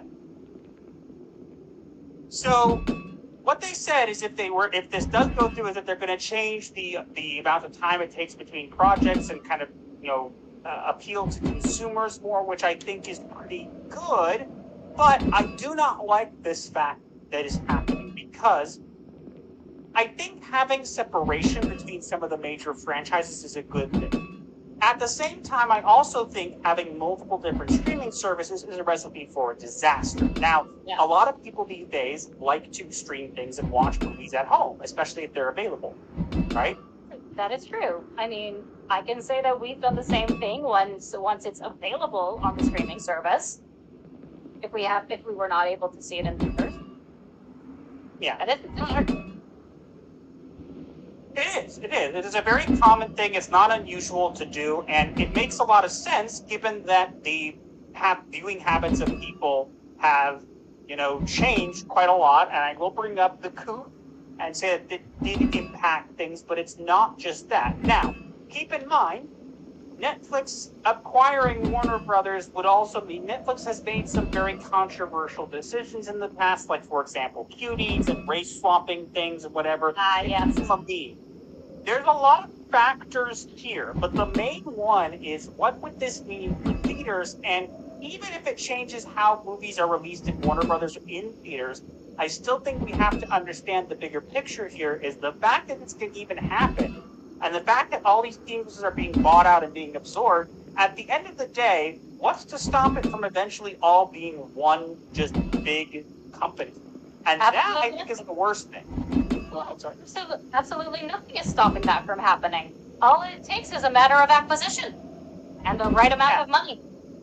So we'll have to wait and see how this goes. I've been told that there is a hush-hush order that no one's allowed to talk about the merger, what's going on behind the scenes. I do believe the CEO of Netflix has said some things, like about the streaming windows and whatever. But we won't know for sure if this gets put through, but the changes, the implications of such a big, massive acquisition is something to keep in mind. It has been done before, okay? True. At the same time, there's a lot of things going on here, a lot of factors to consider. It is possible that it goes through and that it's a good thing. It's possible that it goes through and it's a terrible, horrible thing. Chances are, if it does go through, it's going to be a combination of both. But I think the best possible outcome here would be for it to get slapped down, but unfortunately, I don't think it's going to. I think they're going to allow it. Why do you think they're going to allow it? Because Warner Brothers has been struggling to make money? I think they'll allow it because at this point, ask yourself this. If they've already allowed other, like Paramount and Sky, Comcast, all this kind of stuff, they're all bidding for this, right? If there was a huge problem with this happening, you'd think that when the bidding began, someone would have said something or interjected. The fact that the bidding was even allowed to go on makes some interesting questions. Now, That's again, a good point. Sorry, go ahead. That is a good point. I actually didn't think of that. Yeah, so again, it's just something to consider. Again, we will not know for sure if this goes through, but it does potentially bode a very chilling future. I think that it should be slapped down. I think it shouldn't be allowed. I think it's way too big of an acquisition, but I think that at the end of the day, I think one thing that would be quite funny is if all these companies end up getting absorbed into one thing and then we just have one streaming service and we can just call it cable. I feel like that is what's going to end up happening eventually. It all comes back around again. Yes. There is nothing new under the sun, as I once heard said. Yes, and also I want to make clear that the Warner Bros. Discovery, that they're doing like a split is still happening. So even if they acquire that, there's a lot of moving parts to this, and it's going to be very difficult to see what the outcome of this is, but there's a lot of implications, a lot of changes that could come from this, and it's important to at least note this and recognize this. And even if this does get slapped down, the implications of this is still a big thing. Because if Netflix doesn't get him, the question is, who will? Probably Disney. No, Disney's not bidding for them. I think that if they don't, I believe Paramount will get them. Fair. I mean, think about it. It's just because I'm pretty sure Disney has the money. Disney won't do it. They don't have the money right now. They have the money, but they don't have the money to spend right now, and they already acquired a lot of, like, Fox, and I think they don't have the money. Yeah, that merger was insane. I think Paramount will do it, and I think that, I will say, I don't like it, but Warner Paramount isn't a terrible name. But yeah, regardless, this is a big thing. We've seen all these changes. We'll have to wait and see if this gets slapped down or not, and we will keep you updated on that as more information comes in. Indeed, we shall. But until then, I'm still calling it a bloodbath. Whatever. Okay. Well, that's an interesting one. We had to cover it. Disney lost too much money from Fox, 100%. Sure. 100%. WGA and SAG-AFTRA made their bets of pushing out talent for the message like a broken clock. They might be right by wanting to block the merger. Yeah, look, we don't have to agree with SAG-AFTRA or whatever, but I think that it's a way too big of an acquisition. Now, just because they're saying that they're still going to have Warner Brothers things in theaters, which is what they're saying, that doesn't mean that won't change. And I think it's very important to recognize this fact and recognize that I don't think it's a good thing. I think having everything beat each other is not a good thing. I think that, remember when Netflix used to do this thing where they had things licensed out to them on their streaming service? Why can't we go back to that? I get it, it's not profitable, at least not in the way that they would before, but why can't we go back to that? That's what I want. Yeah. I do kind of want it to happen because it'll be absolutely hilarious if the Snyder fans don't get their way having Cyber's brought back from the grave. Yeah, I think that won't happen regardless. Let's see. If they nuke the theaters, then Hollywood is DOA. People see new movies if they do good at the box office, not enough to watch on Amazon and Netflix originals. To be fair, Netflix is kind of doing better than all of them because they got their foot in the door really early. So That is just true. keep that in mind. I think Netflix will be fine regardless. I think Netflix won't ever crumble. I think that we'll just kind of see. Okay, Netflix is literally the Sleepy Baby income streaming.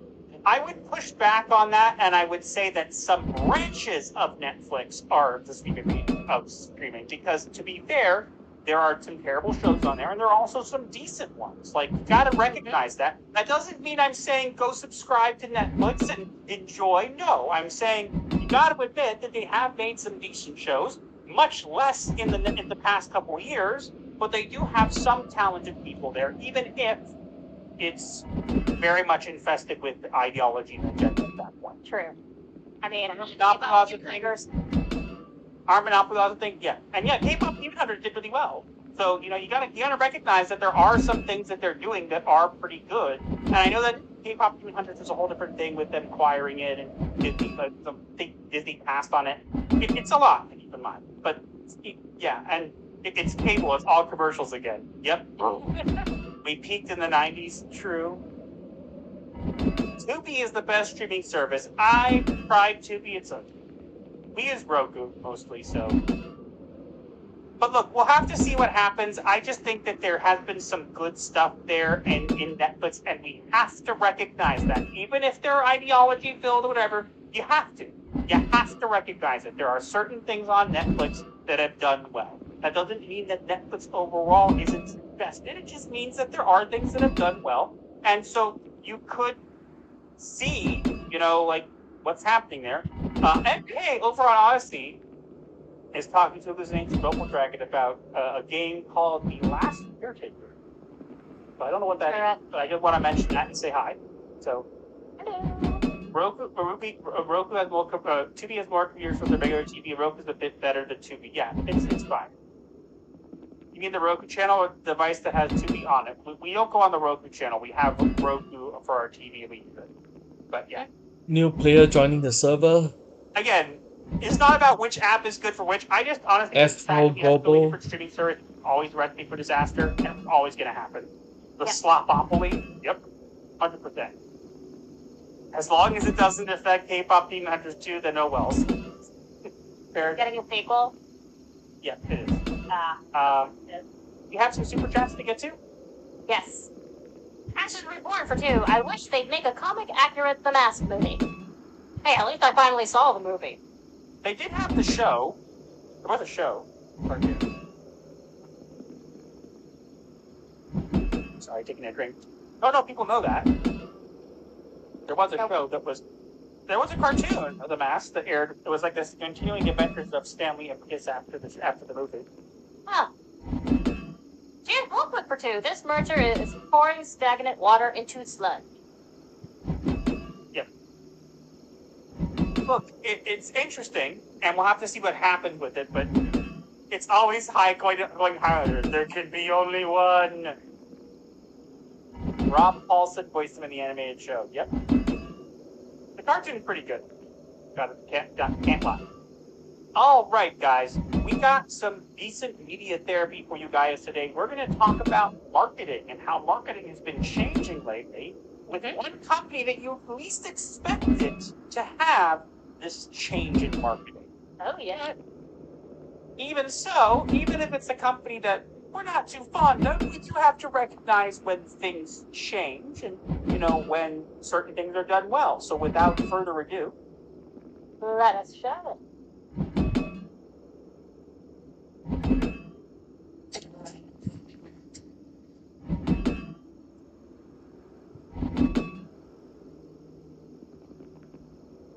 all right, so there was a billboard recently that went kind of viral on Twitter because it was a Disney billboard for Percy Jackson and the Olympians, but there was something quite unique about it. So we're going to rewatch and react to this.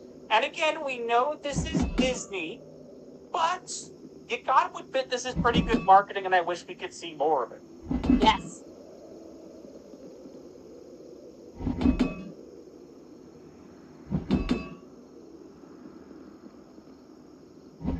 Be right back using imagination.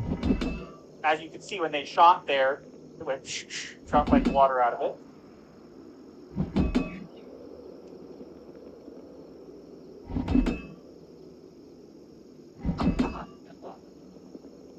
Made it look like it splashed the water out.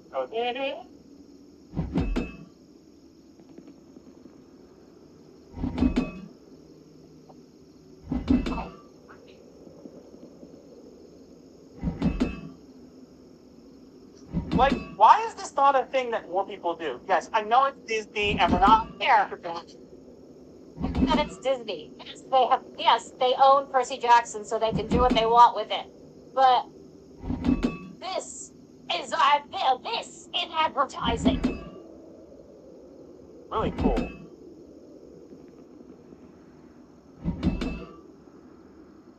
See what it did? It dragged it down. Gotta admit that's cool. Yeah.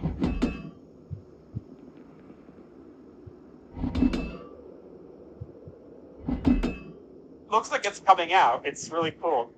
Looks like it's coming out of the street. It's You gotta admit that's cool, guys. I don't think Look. you cannot deny that is marketing done right.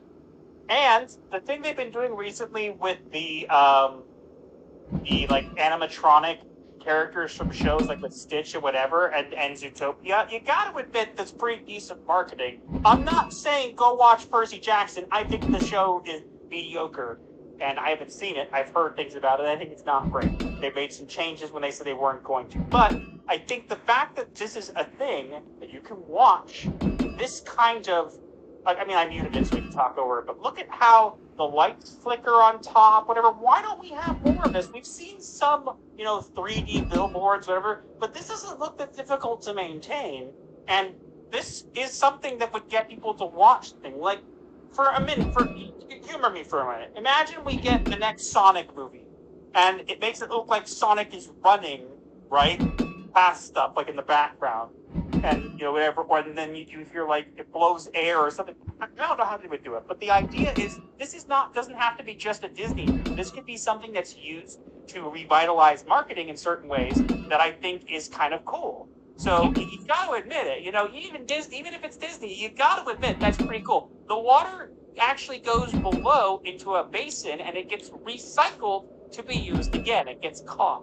So that is pretty cool. We have to recognize it. I'm not saying Disney is great, but this is pretty cool. This billboard is cool. I guarantee there will be some people who literally go and watch the show just because of the billboard. Yeah, I can imagine so. Because, like I said, Disney. Good. No. Annabeth should be blonde-haired, gray-eyed with a California tan. But yeah, the basin there. There's a basin here, and it catches the water and it recycles it. They could reuse the display and splash of water when Sonic runs across the ocean. They could. But that's what I'm saying. There's so many uses for this kind of marketing that you'd think they'd do it more. And yes, you can see it's wet around and there's spray. I'm not saying it's perfect, and I'm not saying they should roll it out for everything. But I'm saying it would be really, really cool to see more of this. Because this is something that's entertainment on its own. Even if the show sucks, watching this, imagine it with fire. Oh, that would be so cool. That would be a Bronstein concert. No. Imagine it with like fire, with like someone see fire with glass, something like flame. That would be a fire hazard, obviously. But you got with it. Yeah, it would be a Rocky concert. If you know, I don't know what that is. if you know. I don't know. But you got to admit that it's really cool to splash. And then look, what's really cool is it looks like the glass shatters. See, there's little heat from the top, but it didn't actually shatter. It's just the glass looking like it shattered, and then they leave shattered pieces. So you can see that it looks like it's shattered, but it's actually not. It looks like the thing broke out and shattered the glass. I think that's really cool. Yes.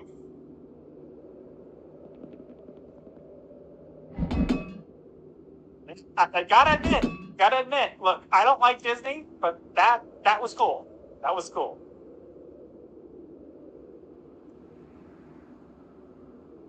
Master of No Ramsey, I was living under a rock. Rammstein. I don't know what the heck you're talking about. Those are known for their crazy pirate tricks. Ah, that's why I don't know. I don't listen to metal. You're They missing did out on actual water for that? Oh my god, they did. A hell-themed movie could have a flaming hell billboard, for example. Imagine like an Avengers Doomsday with like flares of fire or something. You know what I mean? That'd be kind of cool. Yes. I mean, I know that there's only so much they can do, but you know what I mean. Everybody's just getting mad at me for not knowing where I'm seeing. I'm gonna ignore all that. Rammstein. The German. Oh, it's fair. Ashes Reborn for 2. This is advertising done right. We need more of it. Yes. It's pretty cool. You gotta can't deny. Enough. So catching up after the stream, it's sick. Okay, whatever. All right. I'll take your guys' word for it. I don't know what to do. Okay, see, I'm not bad. See. Sure. Rare Disney win. I gotta admit, their animatronics and their billboards have been great lately. I wish their shows and movies were of that quality, but clearly not. Yeah. If only. All right, we're already moving on to our second topic. Let's see if we can we have that it does what it do? Can we keep a streak going with tier 1 until we hit our VTuber avatars? Can we do that? I think we can. I hope so. Yeah. All right. Universal has better animatronics than Odyssey. They do. Yeah, come on, guys. We can get there. We can hit tier 1. Come on. All right. Let's move on to our next topic we got here. Let's see if hopefully we can get tier 1 so it does what it do. And we get Part.3. But otherwise, into the second topic. You ready, honey? Yes. Let's go.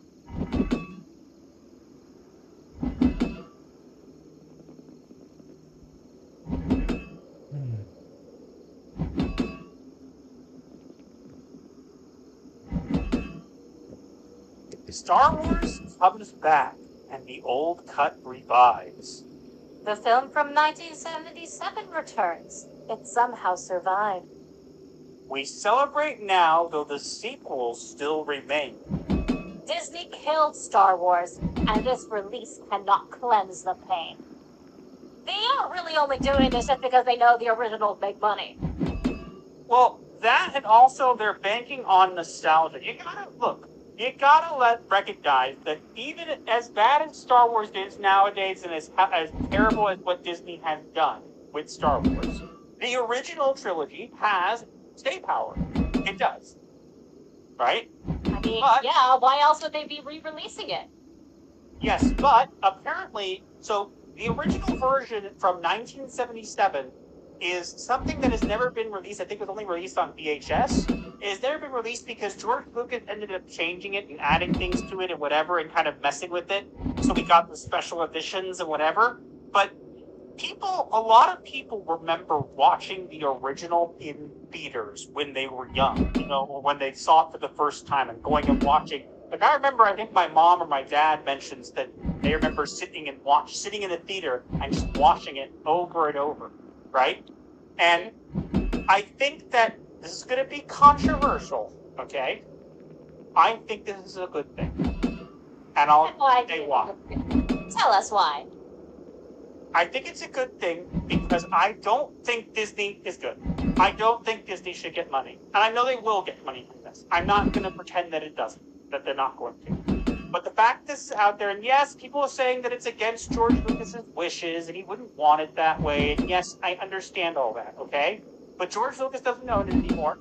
Disney has done a terrible job of it. And I think the very least they could do, after all the sufferings they put us through, they could at least give the fans of the original movie. Another player joins the server. They put it out on like VHS or Blu-ray or something like that. Not VHS, DVD or Blu-ray or something like that eventually. And that would be a good thing because I think this, okay? Here is the main reason. What is it? I think it would be great for someone who saw this movie in 1977 to be able to go and watch it with their child and see the original version. Because they're releasing this in theaters in 2027. So, I'm not saying Disney is doing the right thing here. I don't think that we should support Disney. I don't think what Disney has done with Star Wars is a good thing. But I think that this deserves to be out there in the world. And yes, there are projects that have tried to revive it and despecialized it or whatever. But let's be honest, getting some of the original restored footage of the original as it was would be nice. And I think it's something that we deserve. Now, I'm not going to go see it. I don't really feel like I want to. Maybe I'll change my mind when it gets closer. But I think that this deserves to be out there so that parents and children can do it and get the same experiences that they wanted, and parents can share it with their children the way they remember it, not the specialized versions or whatever. But at the same time, I don't think this is going to save Star Wars. I think that if anything, this is going to embarrass Disney to a crazy degree. Because if this makes money, and I think it will. Oh, it totally will. Imagine for a minute, guys, even if we don't like Disney, imagine if this movie makes more money than The Rise of Skywalker. Imagine that. It probably will. You know it will. I don't know. We don't know. But imagine that this does better than The Mandalorian and Grogu. Imagine The Mandalorian and Grogu comes out and this one does better than it. A re-release of the original goes better. Do you have any idea how strong of a message that'll be sending to Disney? Even if it's something to keep in mind, that'll be a huge slap in the face. I could totally see that happening too. Yeah, so I'm not saying that it's going to magically make Disney change, but I think that it will really... Imagine this. Imagine Mandalorian Grogu comes out and doesn't do as well. And this comes out and it does amazing. Like, makes tons of money. It will 100% cement that the people who do not like what Disney have done with the sequel trilogy are the majority. We all know it's the majority of people, but it will make it even more clear that that is the case. That's true. That is a good point. But there were many changes made to Star Wars because of special editions. And there were a couple changes that I didn't like. Like, for example, changing and making Anakin there from the prequels. I didn't like that for The Force Ghost. Making it that Han didn't shoot first, that Greedo shot first, and then Han was the only one who was supposed to shoot. And there's lots of stuff that they changed. There was even a cut scene from 1977 of a stand-in for Jabba the Hutt, and the scene wasn't original because it was cut from the movie. It wasn't originally put back in until much later. That's the one that's at the top right corner, correct? Yes. Now, you can see that the changes they've made, and they keep improving it. Look, I'm all for improving movies in a certain sense, okay? I think changing them is way, way worse. I think that if you're going to make changes and you're going to have the special editions, you should have it, like, with the ability to turn that off. But George Lucas wanted it a certain way and tried to replace it everywhere. So I think that it needs that the original version, that's not the despecialized one, that's the original, from the originals, original copy, should be a thing that everybody has access to. And if it's out in theaters, someone will leak it somewhere and it will be preserved for all time, and everybody will be able to see that version of it again. Which I think because the internet is forever.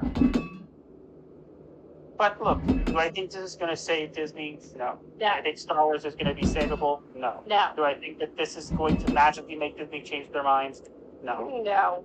What I simply think is the fact that this is will be out there in the world is a good thing. The rest, it being Disney, promoting this, making money off of it, I'm not endorsing that. I think Star Wars is way too far gone at this point, and I don't think anything they're going to do is going to make it come back. But it is still going to make money because it is original trilogy and the original cut. People who saw the original cut are going to want to see it again for nostalgia's sake, and that is how how it is going to make money. I can totally see that happening. Yeah, I look, I don't think this is going to make any major changes. I don't think this is going to do anything in regards to Disney or make Disney change their mind. If anything, it might just make them feel like they need to remake the original movies, which would be horrible. Or they could just re-release the original movies as they were intended. They're not going to. Which they're totally not going to do, I know. You know what they'll do? They'll go back and they'll remake the movies and they'll make sure to insert Rey, Mary Sue, Girl Boss references and stuff like that, and they'll just do all that stuff. Look, I honestly don't see anything good out of this except for the fact that this movie will be out there for people who genuinely care about the series and genuinely still care about Star Wars. And I'll be honest, I'm not really one of them anymore. Yeah. I thought it was cool. Go ahead. So did I. And it's unfortunate. I also thought this would be cool. I definitely could see it making money because it's original Star Wars. But here's the question, honey.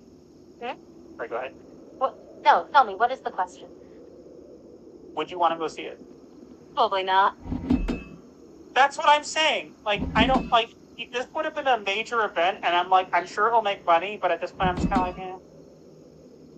Yeah, which is the unfortunate thing. The thing that I think is the most important, I will always bring this up. I was exposed to Star Wars, especially the prequels. Okay, and I know people have different opinions of the prequels, but I watched the prequels with my father when I was younger. And me and him didn't get along on everything. And that was one of the first things that we kind of got along with. And I remember sitting there, and I remember having Star Wars themed birthday parties and all this stuff. So for me, the prequels and the original trilogy will always hold a special place in my heart, not because of the content, but because of the experience. And I think that there are people out there who experienced the 1977 version who will be able to, now experience it with their children. Mm-hmm. And I think that that experience is powerful and deserves to be a thing. That does not mean I endorse Disney or anything that they've done, but I think that the fact that that will be something that will be able to happen is a very magical thing. And unfortunately, it's magic that Disney has clearly lost. Yes. For me, my best memories of being introduced to Star Wars is winter nights sitting in front of the fireplace with the family, roasting marshmallows as we watch the originals. Those are some good memories. Before my dad broke the fireplace. That sounds like an interesting story that we won't have to go into. But anyways, I remember. He forgot to open the flue before lighting the fire. And it melted. Then it fused together. Yeah. It slash melted, and we could never use the fireplace again. Thanks, Dad. But yeah, look, I think that the experiences this will enable people to have is the most magical thing. And if that means Disney makes a little money, they make a little money. But I think that the impact of being able, people who are kids being able to watch it with their kids. That is an amazing thing. That is a powerful thing. But otherwise, we'll have to see how this goes over. It's not a couple years out still, but it's interesting nonetheless. Yes.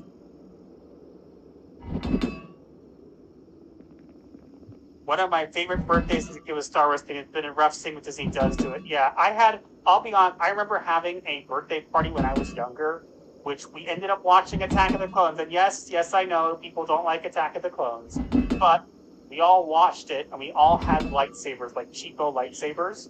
Yes. all decide and during we were watching it with sleeping bags on the floor, and we all, when there were scenes with lightsabers, we all pulled them out and started fighting each other while they were fighting in the movie. So for me, but like that's what I'm saying. For me, I don't think Attack of the Clones is an amazing movie.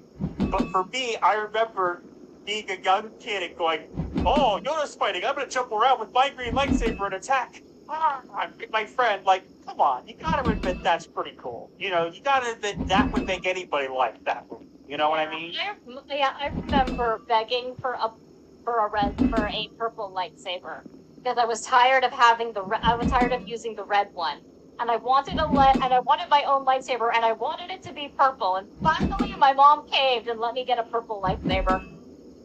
So I actually still have it somewhere. I have an original green Luke Skywalker lightsaber, like one of the first ones. It's really old. It actually broke at one point and was restored. Is that the one that's in the box? Yeah, it's a really, really not. It's like one of the original Luke Skywalker lightsabers. Like, it doesn't even fully like go back into the hilt. The blade stays out partially. Yeah, it's up on a mantle in the closet. Cool. Nerds, yes, nerds. Thanks, Disney, for ruining it. Yeah. Attack of the Clones is a masterpiece compared to TLJ. I think anything's a masterpiece compared to TLJ, honestly. TLJ has no power. It's probably a masterpiece compared to TLJ. Thanks for joining our therapy group. I gotta change that message. Thanks for joining the asylum, Daniel Colino. Thank you very much. Enjoy your stay in madness. My favorite actor, Christopher Lee, is in that movie. Is the only reason I watch Attack of the Clones or tolerate it. Fair enough. But look, I think having that ability, be able to be there, the ability for people to experience that is a nice thing. Yes, we can't deny that. I cried as a child when I realized Anakin turned to Darth Vader when the Sith first came out. Aww. Like, that's me. It's too young to see it in theaters. Jose Taco says, Raven, that was a hit for your husband that he wants to watch the original with you. No, I do not. I'll be honest. I like Star Wars. I don't. It's a shame. I don't feel anything for it anymore. The reason we're covering it is I think that the only thing that I have left of Star Wars now that I can still feel something for is the experiences that I had with it when I was young. Yeah. Same. I think all of us have now. That's all I have. I have that. I always will carry those memories in my heart, and Disney will never be able to take those away from me. The experience with my father, the experience with my friends, those things will always stay with me, and those things were gifts that were given to me by Star Wars existing, so I can at least appreciate Star Wars for what it once was and what it did for me, but I don't care about it anymore. I just don't. Yeah. And it's a shame. Really, it's a shame. I saw each of the original trilogy in theaters as a kid, so I'd be willing to see them again in theaters. Yeah, look, it would be nice, but look. Wow, you're old. Again, it's not about whether or not, you like Disney or not. It's simply, I think that the fans deserve this small courtesy. And I may not necessarily count myself as one of those fans anymore, but it is, something you can find. You're not wrong. J.S. Wolfwood for 5. On one hand, I appreciate having the original cut available. On the other, this feels like being given a kid's band-aid after being sucker punched. You're not wrong there. Yeah. That's 100% what I feel like. I feel like it's like, oh, great. So it's a shame, Like being thrown a bone, right? Yeah. Speaking of being thrown a bone. Come on, kids, give me all your money. It's for a good time. But I didn't say anything.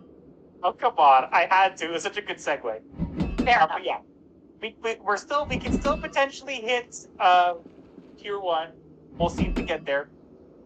I want to get there. They should have just adapted the expanded universe novels from the beginning. I agree, but it's much, much better that they just take them apart, take pieces and parts of it and try to make their own thing. I suppose. I mean, they've already butchered it enough as is. I am the same. I have memories of watching them the first time. I still love VIP. Just modern day Star Wars is not for me. No. Miles Morales is Miles Morales. Peter Parker's Spider. We haven't gotten there yet. That was good timing, Master. Yeah, I couldn't help it. It was too good. Getting there. Come on, guys. We are. Dollars? We're $59. No, we're $59 away from getting there. It's fine. honey. We're not 49. No, 59. I hate math. Someone do the math for me. 9 plus 1 is 10, which makes that 50. And then 50 plus 50 is $100. He has to do this with counting life points too when we duel. I'm that Also, bad at when math. do we get more writing name reviews of things she has had and she had chocolate yet? Are you referring to the Raven Raves? We'll consider this. Yeah, I haven't done Raven Raves in forever.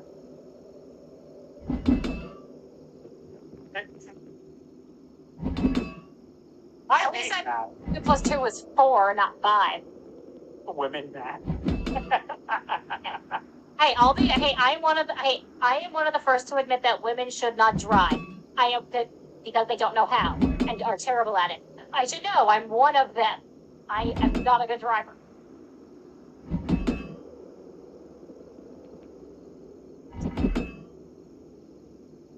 Read it. 4 plus 4 equals 8, 9 plus 1 equals 10. Therefore, 41 plus 41 equals 90, Raven. Ha ha. It's 82, but okay. Punish John A. Douglas says, hail and good evening. Good evening. Why have you been punished, sir? Well, his channel I put taken down. I think it looked, I don't know if he got it back. Base Raven take. Yep. Anyways. Wait, what's a base Raven take? What did I say? 41 plus 49 equals. Yes. 90. The base Raven take that you say women shouldn't drive. Watch. That's gonna get clipped out, and so the hater's gonna be like, "You said women shouldn't drive." I think we should be behind the wheel. Do you know how many times I've crashed into things? Yeah, like right after I proposed to you, and you backed out of the New drive. playing on the server. Welcome, Metals. Yes, it was totally my fault, because it was not the first time I had done it. Not to mention using my mom's crunch. Not to mention that time when my mom let me use her car when I had to go to the library to pick up some holes. I misjudged the turn, and her side mirror slammed into a dumpster and cracked. I still think it was so funny. I remember you being in the car going like, "Isn't that so happy?" And then I hear crunch. And that was not the first time I had backed into a neighbor's car, nor was it the last. It's At least I wasn't my brother, who ended up getting so many speeding tickets he got his license revoked. Let's not talk about that. Anyway, I didn't get the old channel back. Next year when I get more free schedule, I'll let you do a new one. Okay, fair enough. Keep us in mind.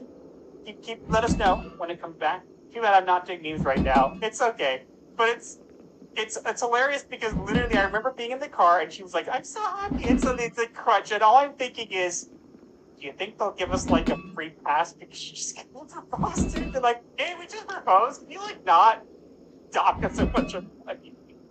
Maybe someone else should have driven me there so I wouldn't have to do the driving. Or you could have driven, I don't know. You were the only one who were licensed at the place we were. Oh yeah, it was my car. Anyway. Doesn't seem like we're getting any more super chats right now, which is a shame. You might not get to have the video.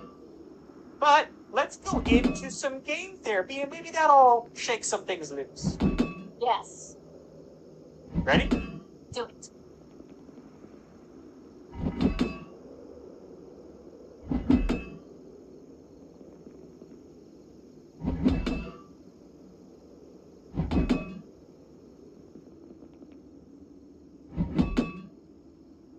All right, so keeping in tradition with what we've been doing with our new kind of series that was kind of been done but not really, ish. we're gonna talk about a game that we found. We found a game trailer, and we're gonna watch it and react to it. We've kind of looked it over. It looks like a game that's our speed. And again, the game is not out yet, but we're gonna react to it and give our take on it and kind of see what you guys think of it. I believe the game is called Inkblood. So, you ready? Yes. Do it.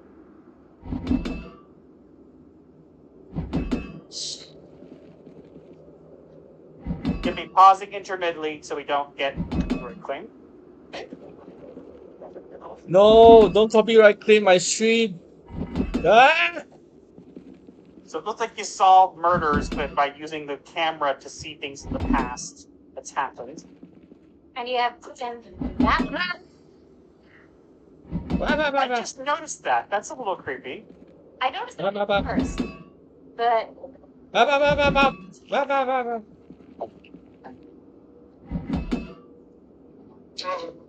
this is giving me serious Rambo vibes.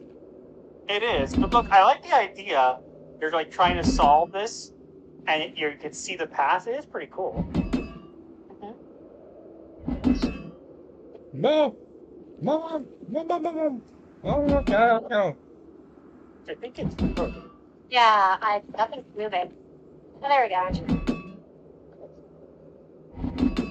Hey, when you downloaded it, didn't you corrupt the file? Okay, it got corrupted. You did say there was a corrupted file when you downloaded something. I thought it was for this. Let me grab it. I'll get it. Technical. Oh wait, no, wait. No, we can do it. We can do it. We can do it. How?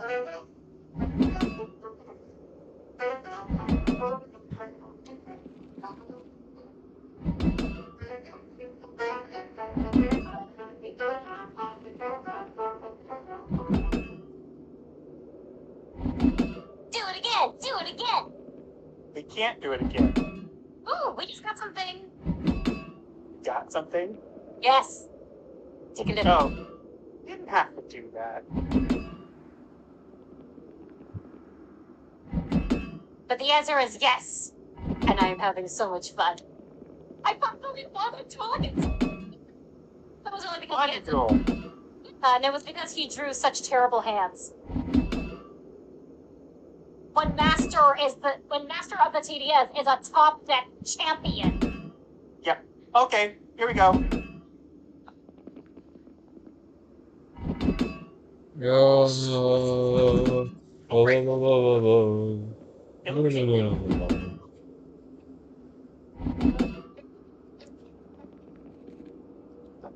Wait, what am I doing? Map on the back of a weird guy. It's a resume. Oh, is he your parents? Yeah, I think so. That's kind of creepy.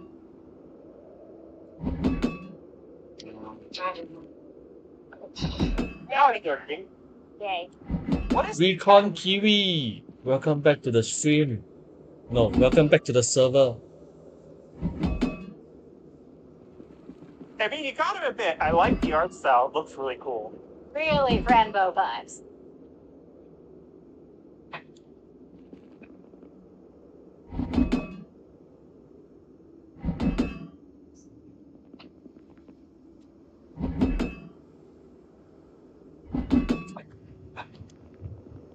It looks like you solve puddles and stuff. It's cool.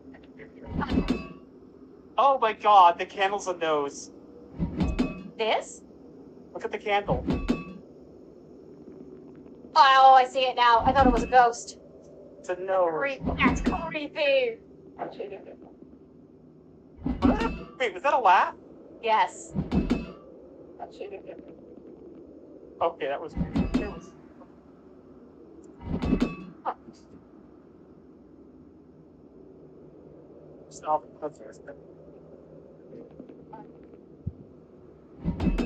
And it's being published by Critical Reflex. They're the same people who made, I think, Mouthwashing?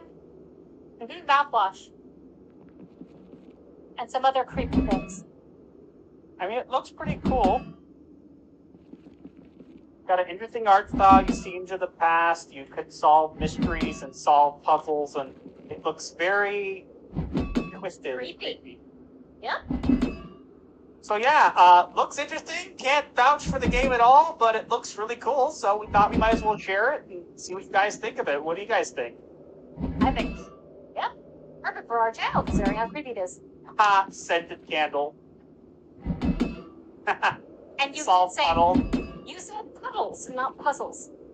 Oh, okay. I'm sorry. His name is Tom Tom.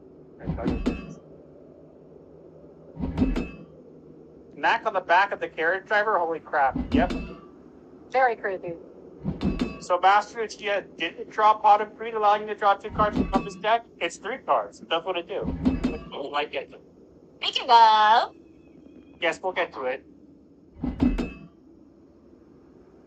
Gives you Ace Attorney vibes. Looks like a solid, creepy detective game. Yeah, it looks decent. I put it on my wish list. And when I play it, I'll take a look. It looks like Sound Fingers. It does. It does. oh my gosh, I think you are right. It gives me Crooked Moon vibes, especially the song, not the game and advertising. Fair enough. I like the idea. The Return of Obra Dinn was a really interesting game. Never heard of that one. And Eagle Eye with the insane 49.99 super chat. Thank you. Do we have a clip for that? Yes, we have Something cool. that.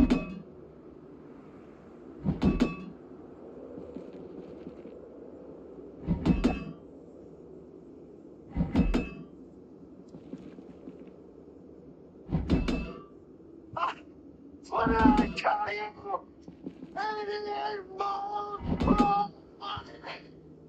That clip will never get old. Back to the Future is amazing. Now we're really playing Pier 1. Can we do it? We can. Back to the Future. We literally are $9 away. Come on. That's a big deal. We gotta get there. But okay. People, we gotta keep the streak going. At least till we get our avatar, then you can close. Okay, but anyways, let's get into our third topic, because we got a third topic that's going to be quite an interesting one. Oh, wow, and we're also doing really well on time today. Yeah, I think we might end up ending pretty early. Holy crap, it's been a while since we ended at 2 hours and not 2.5. We're gonna probably end it, but yeah, we'll see. We'll see where we get to. Anyway, That's interesting. Wait, what Telvin just said. Fun fact, Fun but fact. on the DeLorean only goes up to 85. Really? Must depend on the DeLorean then. So does that ruin the whole movie? And again, it's Doc Brown. He could have totally rewired the car. What you doing, honey? Why are you so silent? Yeah. Oh.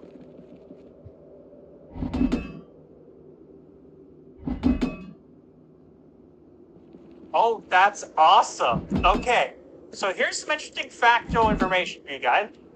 The DeLorean speedometer does not reach 88 miles per hour because original models were capped at 85 miles per hour due to 1970s energy crisis regulations. The car can go faster, around 110 miles per hour, and for the movie, a custom speedometer reading 98 miles per hour was installed for filming, so you could see the 88 miles per hour mark for time travel. That is really cool to know. Master's Back to the Future knowledge has just been expanded. Well, I didn't look into it because of... Well, now your knowledge has been expanded. How do you feel about that? I feel... Oh, okay, let's get to our next topic. Sure. Ready? Wait, hold on. Bounce again? Are you ready? Yes, and I think you are sitting in a way that when you bounce, I can see that you do not have a bottom half. What do you mean? I can see the out. Are you sure? It looks fine. Are you sure? I don't know. Maybe I'm seeing It things. looks 100% fine. I'm pretty sure it looks fine. Am I wrong? I don't know. Am I just seeing things? I feel like I'm seeing you float in the air. There. How about now? Better. Maybe Anyway, it was fascinating. but now, it looks fine now, right? Yes, it does. Thanks for ruining the illusion. Wow. I'm sorry.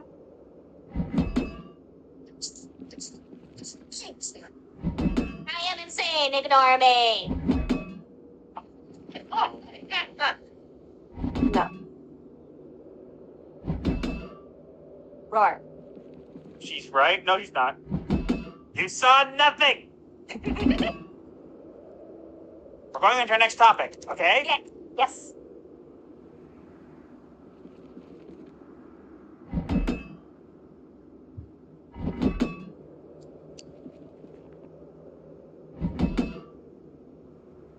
Sarah Pichelli shaped Miles, and her work turned out fine. But he mirrors Peter closely now that both share the same timeline. She earns no royalties. Sad, but also true. Yet a contract is a contract. Marvel owns Miles, not you.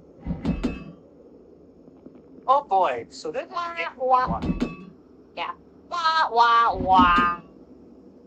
Sucks for you. So, the author, sorry, let me rephrase this. The artist of Miles Morales, the character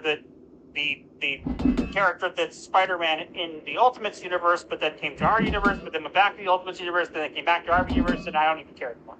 Yeah. Miles was better when he was in his own universe without Peter Parker. Well, apparently she gets no royalties for it, and apparently that made her upset. Isn't that part of the contract she signed? Correct, which is the part that's funny, is she's getting upset about it, except for the fact that, first off, she signed a contract, a per work hire contract, which part of it is literally it's exactly this. Part of it is a thing where you only get to have paid for one job and you're move on from it. So she's getting upset over something that she didn't completely willingly, knowing what she was getting into. Did she even read the contract? She probably did, but keep in mind, you may never know that these things will blow up at the point. Now, I think Miles only really blew up because of Spider-Verse, if I'm going to be honest, and I didn't hate Miles at first when he was in his own universe. When they brought him into ours, it kind of got annoying. Yeah, when they brought him into the main universe, it made no sense, because then there were two people called Spider-Man, and it got very confusing. It made more sense for him to be Spider-Man in a universe that did not have a Peter Parker.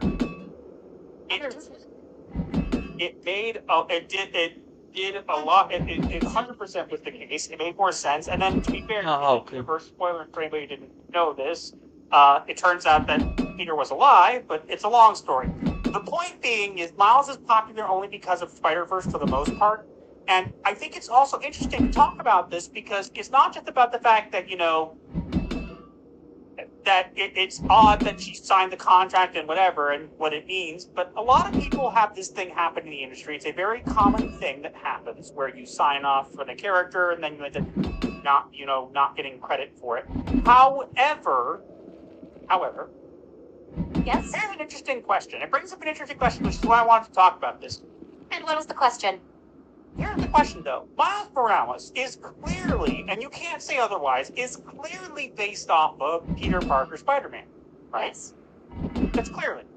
So you see the art of over there of Miles, and you can tell it is very clearly based off of Spider-Man's original suit, right?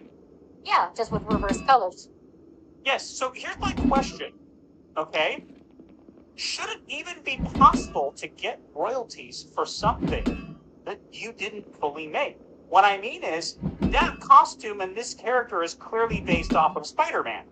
So if that's the case, then wouldn't it mean that the person who created Spider-Man gets the royalties for your character when you use yours? Makes sense to me. But that's only logical, and these people hate logic. I just think it's interesting because if you make a derivative character, which I'm not saying Miles is a derivative, I'm just using that term, okay? He was fine until he wasn't. But the point being is, he's a character that was kind of taken from another one, right? So if that's the case, the person who made Spider-Man should be getting the royalties for it. But that's not what happens here. Instead, the person's like, oh, well, I deserve royalties for making this character. And I'm saying, well, I think if anybody deserved royalties, it'd be the person who made the character you based yours off of. Makes sense to me. But then again, what do I know? I'm just a person who listens to logic. Yeah, but I think it's interesting. I think that it's just, look, I'm not going to say this is fair necessarily. I think that I understand where this person is coming from. You never know if something's going to blow up and get to make a bunch of money, and I assume that it's a little bit bitter. But at the same time, this should be a huge credit on her resume. It should be huge.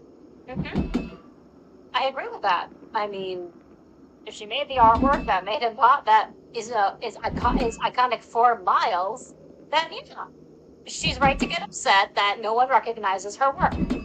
But it's still based off someone else's work, and therefore not an original work. Correct. And so it's interesting to how royalties work. Now, this has always been a thing in the industry with this per work hiring kind of thing, so it's not that surprising. But I think it's interesting that they're coming out and getting annoyed about it and getting upset. And it's like, they don't get no any royalties from the billion-dollar franchise. It's like, but you knew this. I'm not saying it's fair. I'm not saying she can't be like, darn, I wish I was getting royalties for this. But making it seem like it's some kind of injustice when it was paperwork that you signed knowing full well what you were signing. Yes, that's why you read a contract before you sign it. And have a lawyer look it over to make sure you did not misunderstand anything. Correct. And look, you could say it was a different time period or with different whatever. It doesn't matter. The point being is you cannot sign a contract and then get mad at the repercussions of said contract. Yes. So I think it's interesting. Now, we know that Miles is getting another Spider-Verse movie, whatever. The question is, do we think that she's going to end up getting royalties from making a fuss about this? Is that what she's trying to do here? Maybe. I'm just going to assume this is another crazy woman who's just screaming so that she can get money. I don't know. Look, I think that she should be getting tons of work for being the person who drew the art for Miles Morales, and if she's not getting enough money or whatever, then she might want to rethink the career that she's in, the choices that she's made. But at the same time, you could go, darn, I wish I hadn't signed away my rights to Miles Morales. It'd be like, fine. But like, this is just a very silly thing, and it's clearly to get attention and maybe hope that you'll get some kind of compensation. And they might just throw something her way to get her to shut up, I guess. But, I mean, I think that if you sign a contract, you should be liable for it. Yeah, if you sign a contract, you have no right to complain. I think that there are genuine people out there who have done things for Disney, like with Star Wars or whatever, and haven't gotten paid when they are owed royalties, and those people should be paid. I don't think that crying and getting upset about the fact that you're not getting royalties for a character you created when you should be reaping the benefits of the credit of creating that character, that it's kind of funny. Now, it means that she's probably trying to get some attention, and I'm sure it will work. But, I think it's interesting that we've gotten to this point where we have characters based off of other characters, and it makes you really wonder, what does this mean for other characters now? Does it mean that if I make a character that's based off of Wolverine, it looks similar, but it's not the same, do I get royalties for that character if it blows up, or does the person who made the original? I mean, like that Saber Yu-Gi-Oh card? That's clearly that's clearly a combination of Sabretooth and Wolverine.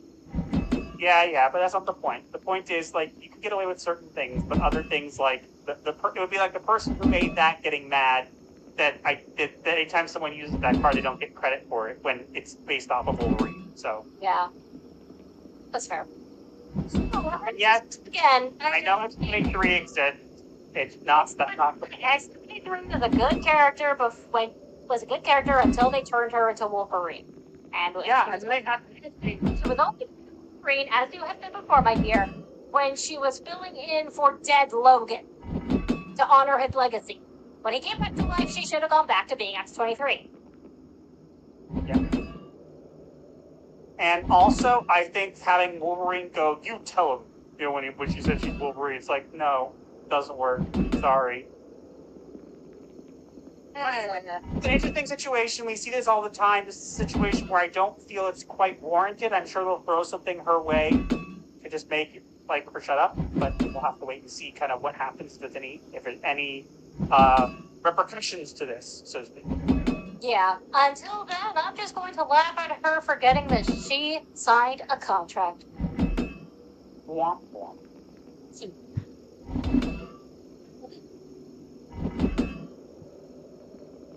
Looking good for future employers. True. They'll throw her something to shut her up, cease and desist letter, probably. Yes, I know X-23 exists. I think she was renamed Scout. X-23? I haven't heard that. I'm curious now.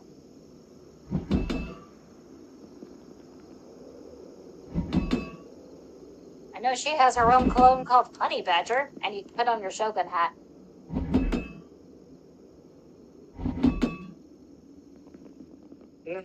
It's her adopted sister, who went by the codename Honey Badger, is now Scout. It's not technically that sister is actually a clone of her.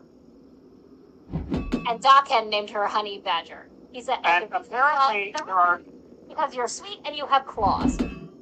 Okay, apparently, Laura was called Laura Kinney over X-23. Then she was Wolverine, and she currently uses that name. However, there is another name she's used in the past, apparently. An alternate version of X-23 uses the codename Talon. That I have heard, I think. I accidentally triggered my hat. Yes, you did. Kill it! You saw nothing. The clone has a clone now? Yes. Yes. Surely she had 4. And only one survived and inherited the regeneration and claws. And Gabby also became very good friends with Deadpool, and as a present, she gave him the finger. She literally cut off her own middle finger and put it in a box and gave it to him, and it made him so happy. Wait, what? Because she has nanomachines in her body, in her brain, that make her immune to pain. So she cut off her finger and put it in a box as a gift to Deadpool. Because they were friends. Oh, okay. She said, "May it insult you forever." And he was crying with happiness in that comic. It was an interesting comic. And of course, and yes, it grew back because she had a healing factor and claws. But she only has one in each hand. And one in her foot, I think. No, Gabby doesn't have one in her foot, just one in her hand. I think she has one in each of her feet and one in her hand. I don't remember her having one in her feet. No, I'm not going to debate you. Want to tell you why? Why? You want to know why? Nobody cares. Nobody cares. Nobody cares. It wasn't bad, but it was unnecessary. I don't want to tell. It was not bad, just unnecessary. Anyways. Limited for $9.99. It does what it do. Which means the mid tier 1. We'll get to that in just a minute. Look at these other two. GS Wolfwood for 5. Hey, if Steve Ditko didn't get royalties from the Spider-Man films, then Sarah Pichelli didn't have a snowball's chance in hell of getting them either. 100%. Some actually do have chances in hell. Hell burns cold, not hot. And Put to Foul for 5. Just another crazy woman screaming for money. I'd like us all to take a moment to appreciate Raven for that statement, haha. It's true. Yeah, I heard that. We're only hearing half of that, but okay. It's a lie. What time? Oh, was that the point she was making?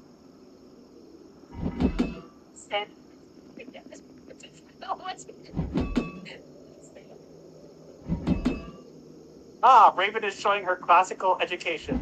Yes. A classical Anyway, education. we have the tier 1. What? What classical education? Anyway, we've hit tier 1, so we're gonna go to do our tier 1 clip, and then we'll go into the poll. And I don't think we hit the goal, which is fine. but we'll go from there. So without further ado, Way to the goal. We are 10 out of 20. it's okay. Let's do the tier 1. We still kept our streak. Ready? Yes. Previously on Yu-Gi-Oh! That's not what it says. Roll my dice! That is what it does. Pot of greed! Draw 3. I summon Pot of Greed to draw 3 additional cards from my deck. And I summon Pot of Greed to draw 3 additional cards from my deck. Then I play Magic Force, which allows me to play Pot of Greed once again to draw 3 additional cards from my deck. You know, he's right. And I attack and I win, right? No. You don't have any. Well, you don't have any monsters, and that's supposed to be. What? Oh, you get the Celtic guy. Easy. I also have 3 Jack's Knight. What? How? You can't sit a bunch of cards on one turn. It's against the rule. I saw this 3. Say it, 3 to draw 3 additional cards from my deck. That's not what it does. It doesn't. That is what it does. It doesn't. I thought it's more Jordan. That does what it do. It does. I favor it. I won. I won. I got it done completely before you. That's what it do. No to cost to you. Yeah, that song I got stuck in my head even though I'm motivated. Yeah. Anyways, Fine. let's go take a look at the poll. Master won tonight. See? Podcast today must be good. Oh. Favorite was like, I won! That's it. What do I get? What do I get? What do I get? What do I get? What do I get? I get to go inside. Don't tell. I'm in Smash's pool. Don't tell him. Yep. Actually, Never actually done that on stream with Smash. I forget. Maybe once.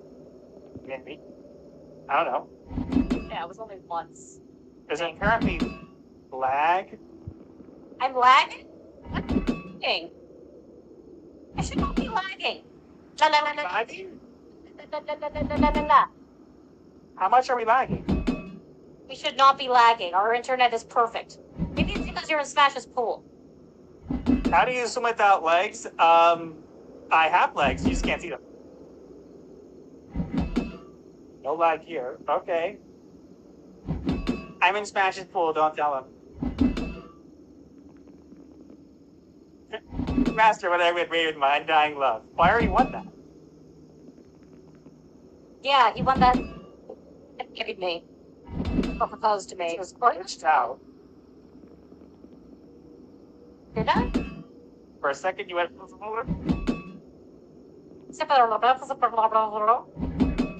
I will say there's one person who comments on all of our videos and says, I don't know what they're talking about. I never hear lag in your videos ever, and you never cut out or anything. I think the chat is trolling you. Or that we're gaslighting or something. I've seen that comment. Master Dave reveal, Bob. No legs, toss for the pool, and his name will be Bob. Why Bob? Because he's bobbing in the pool. Oh. And shouldn't it be Tread?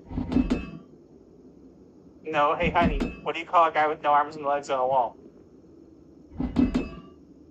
Taxidermy? Art.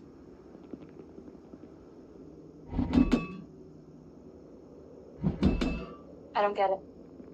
Hey honey, what do you call a guy with no arms and legs on the floor? A rug. Mat. Ha, ha, ha.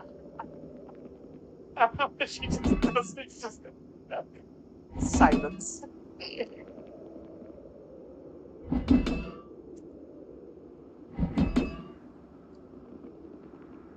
Wait, what do you call a man with no arms and no legs in a pile of leaves?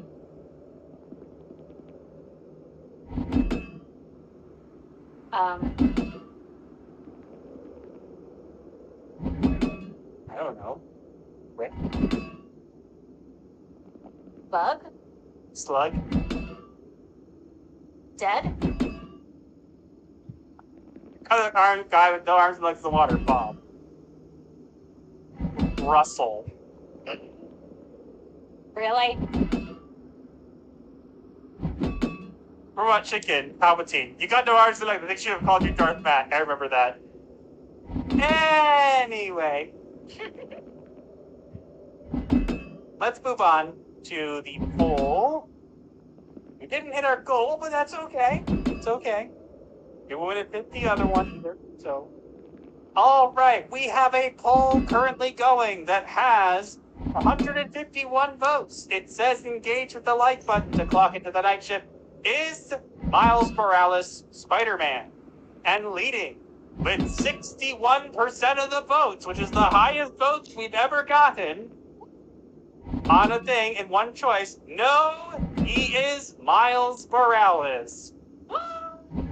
Followed by 23% saying nobody cares, 9% say he's cool in Spider-Verse, and 8% says yes, he is a Spider-Man.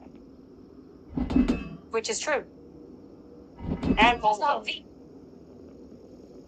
Just not the. dad jokes to Hypnotic stream, I don't know what you're talking about. Hypnotic does dad jokes on his streams? News to I me. know he lurks here sometimes. Hey, Hypnotic, can you confirm or deny this? Do you tell dad jokes on your streams? Miles Morales is Pikachu. Changed my mind. Why Pikachu? Oh, because he has electric powers? No. If Spider-Man was Pikachu, then Miles Morales would be Mimichu. That one that looks like a really messed up Pikachu. That mimic, yeah. Mimikyu. If not, it gets dad jokes and super chats. Okay. Ah. Oh God, what do you call a man with no arms and no legs under a car? Carlos? Roadkill. Roadkill. Dead? Miles Morales is Static Shock fanfiction. Jack. If he's a car jack. Get it? No. Okay. We didn't hit our goal for that, so let's do the diagnosis of the week. Then we will do memes afterwards, okay? We got some good ones tonight, I think. We do? I mean, I took a look at a few of them, and they seem funny. I was worried because we normally only have a couple people doing memes. So let me take a look. Cue Jeopardy music. There's a lot of them. Oh boy, they're not. Oh boy, we got a couple people today. Cool. Yay.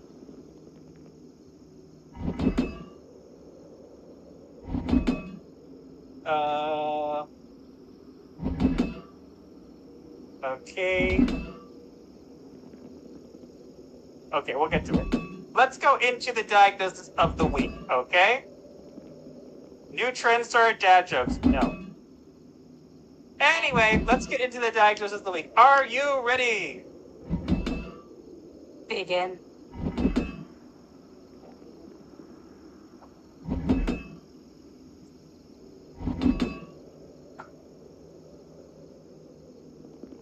Okay, I need to start saving the clustered walls.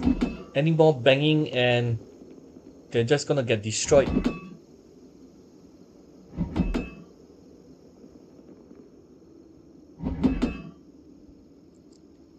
Come on. Walls, just hold off for a few more tiles. I'll be right there after I demolish this row of wooden floors.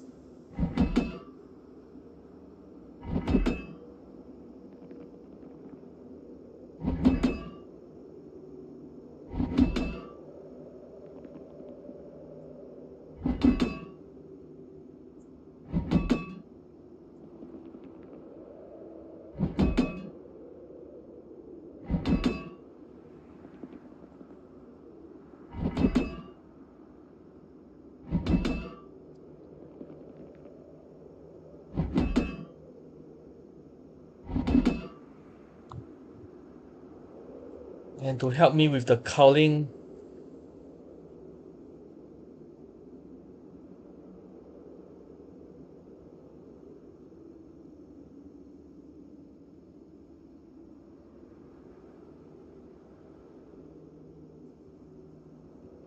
I shall use a fucking pencil.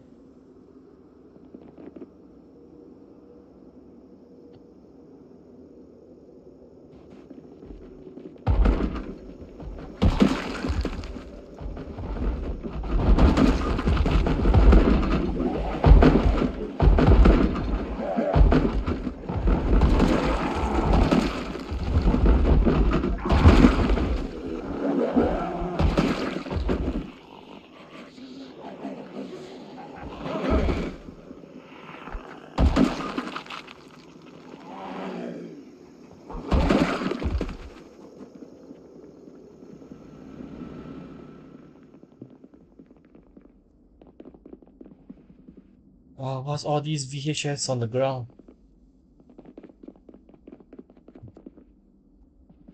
A half-beaten icebox. Well, at least all other furnitures are still intact. I don't know about the tables over here. I wonder what came out of that. Okay. Area clear. Any zombies on this side? Nope. Alright, so it's back to demolition for me. Now, where can I climb up? Can I climb up over here? Nope. Here? Nope.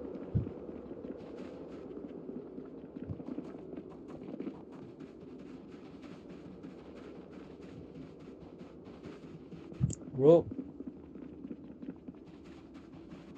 Rope. No rope.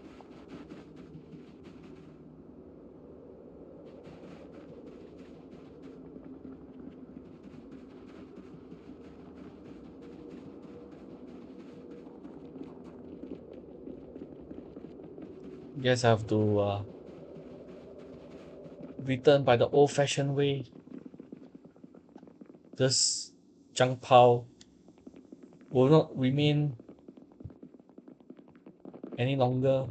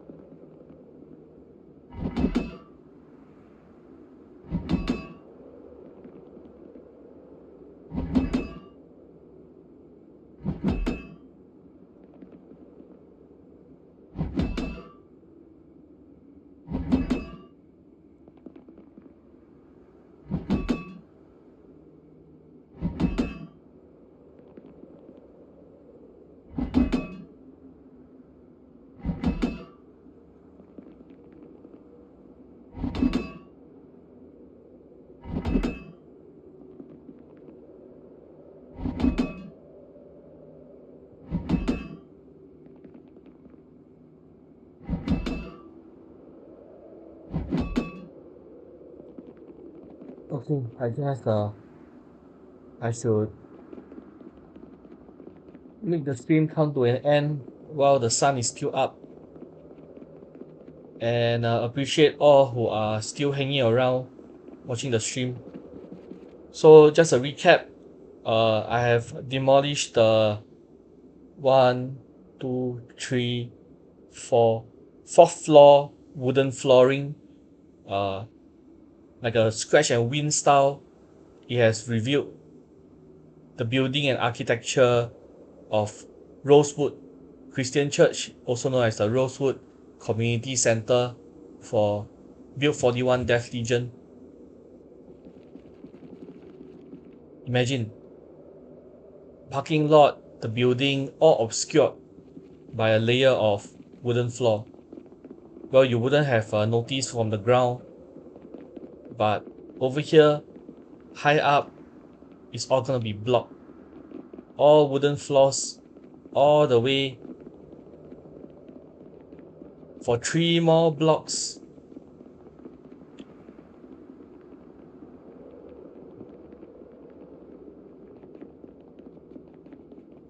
I'm gonna continue demolishing some of the overhanging architecture, the wooden floors, the walls. Okay. And probably think about what I want to do after that. Probably the Hanging Gardens of Rosewood will come back in another form, albeit it should be something that doesn't lag up the entire map. But I have not yet put my plans into action yet. So for now, it's just more demolition on the next stream. What? Connection to the server lost? Why?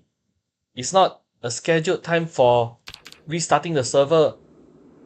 And I wasn't even mass demolishing the wooden floors. What caused the server to stop, I wonder? Okay, please wait while I attempt to reconnect to the server. It's all black except for the mouse cursor right now. And the server is not responding.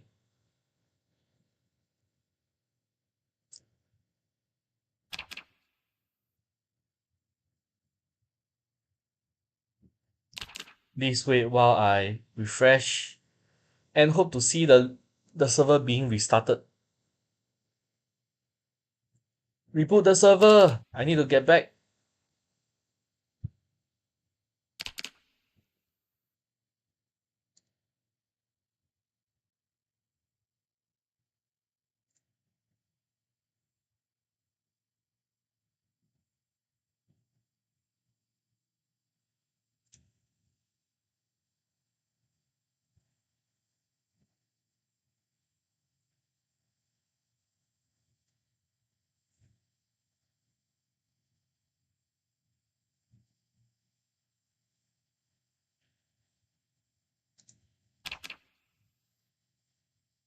Is the server still not responding?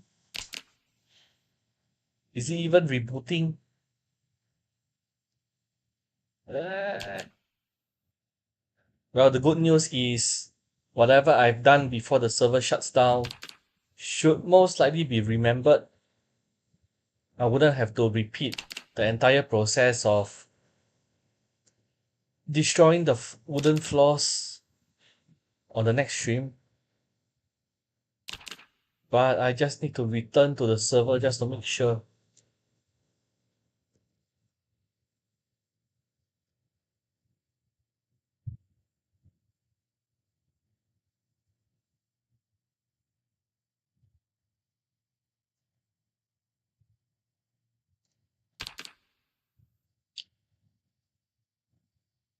It should be 2 minutes since the server last responded.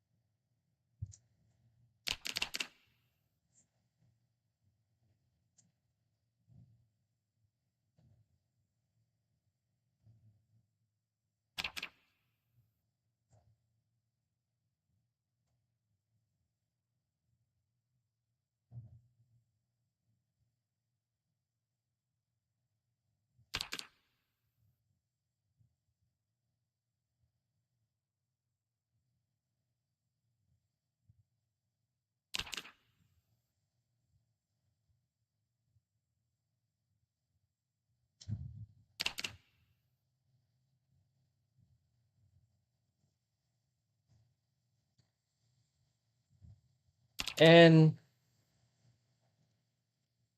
it's back. 0 out of 31, which is expected since all the players have been kicked out.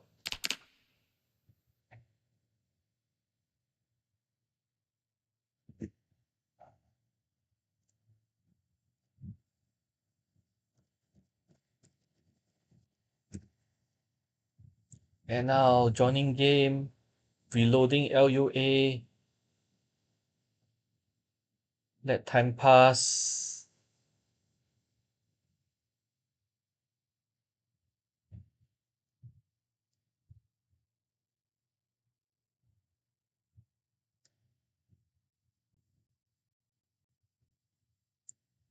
And the live stream by Gothic Therapy has ended.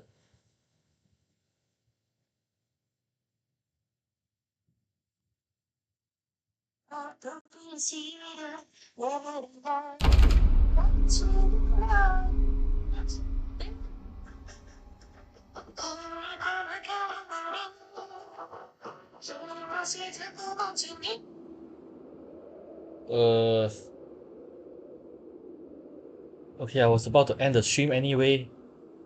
And vehicles are there. Buildings are all intact.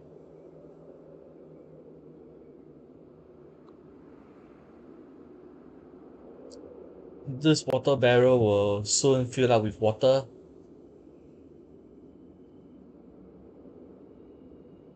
Maybe I should bring back the missing half of the dumpster.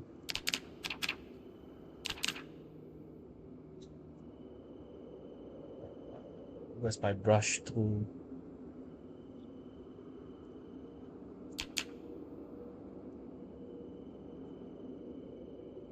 Furniture, trash container, the other half of the dumpster. Okay, looks fine enough. And not to forget, switch off your car headlights and engine when not in use.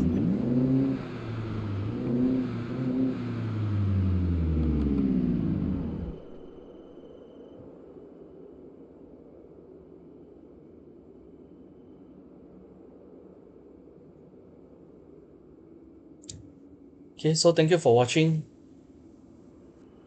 Subscribe, click the notification button to be informed of future content,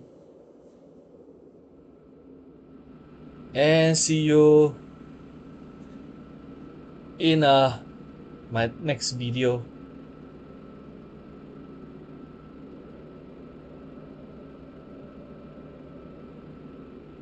Until then, hope you found the stream to be satisfactory. Ending the stream now. Bye.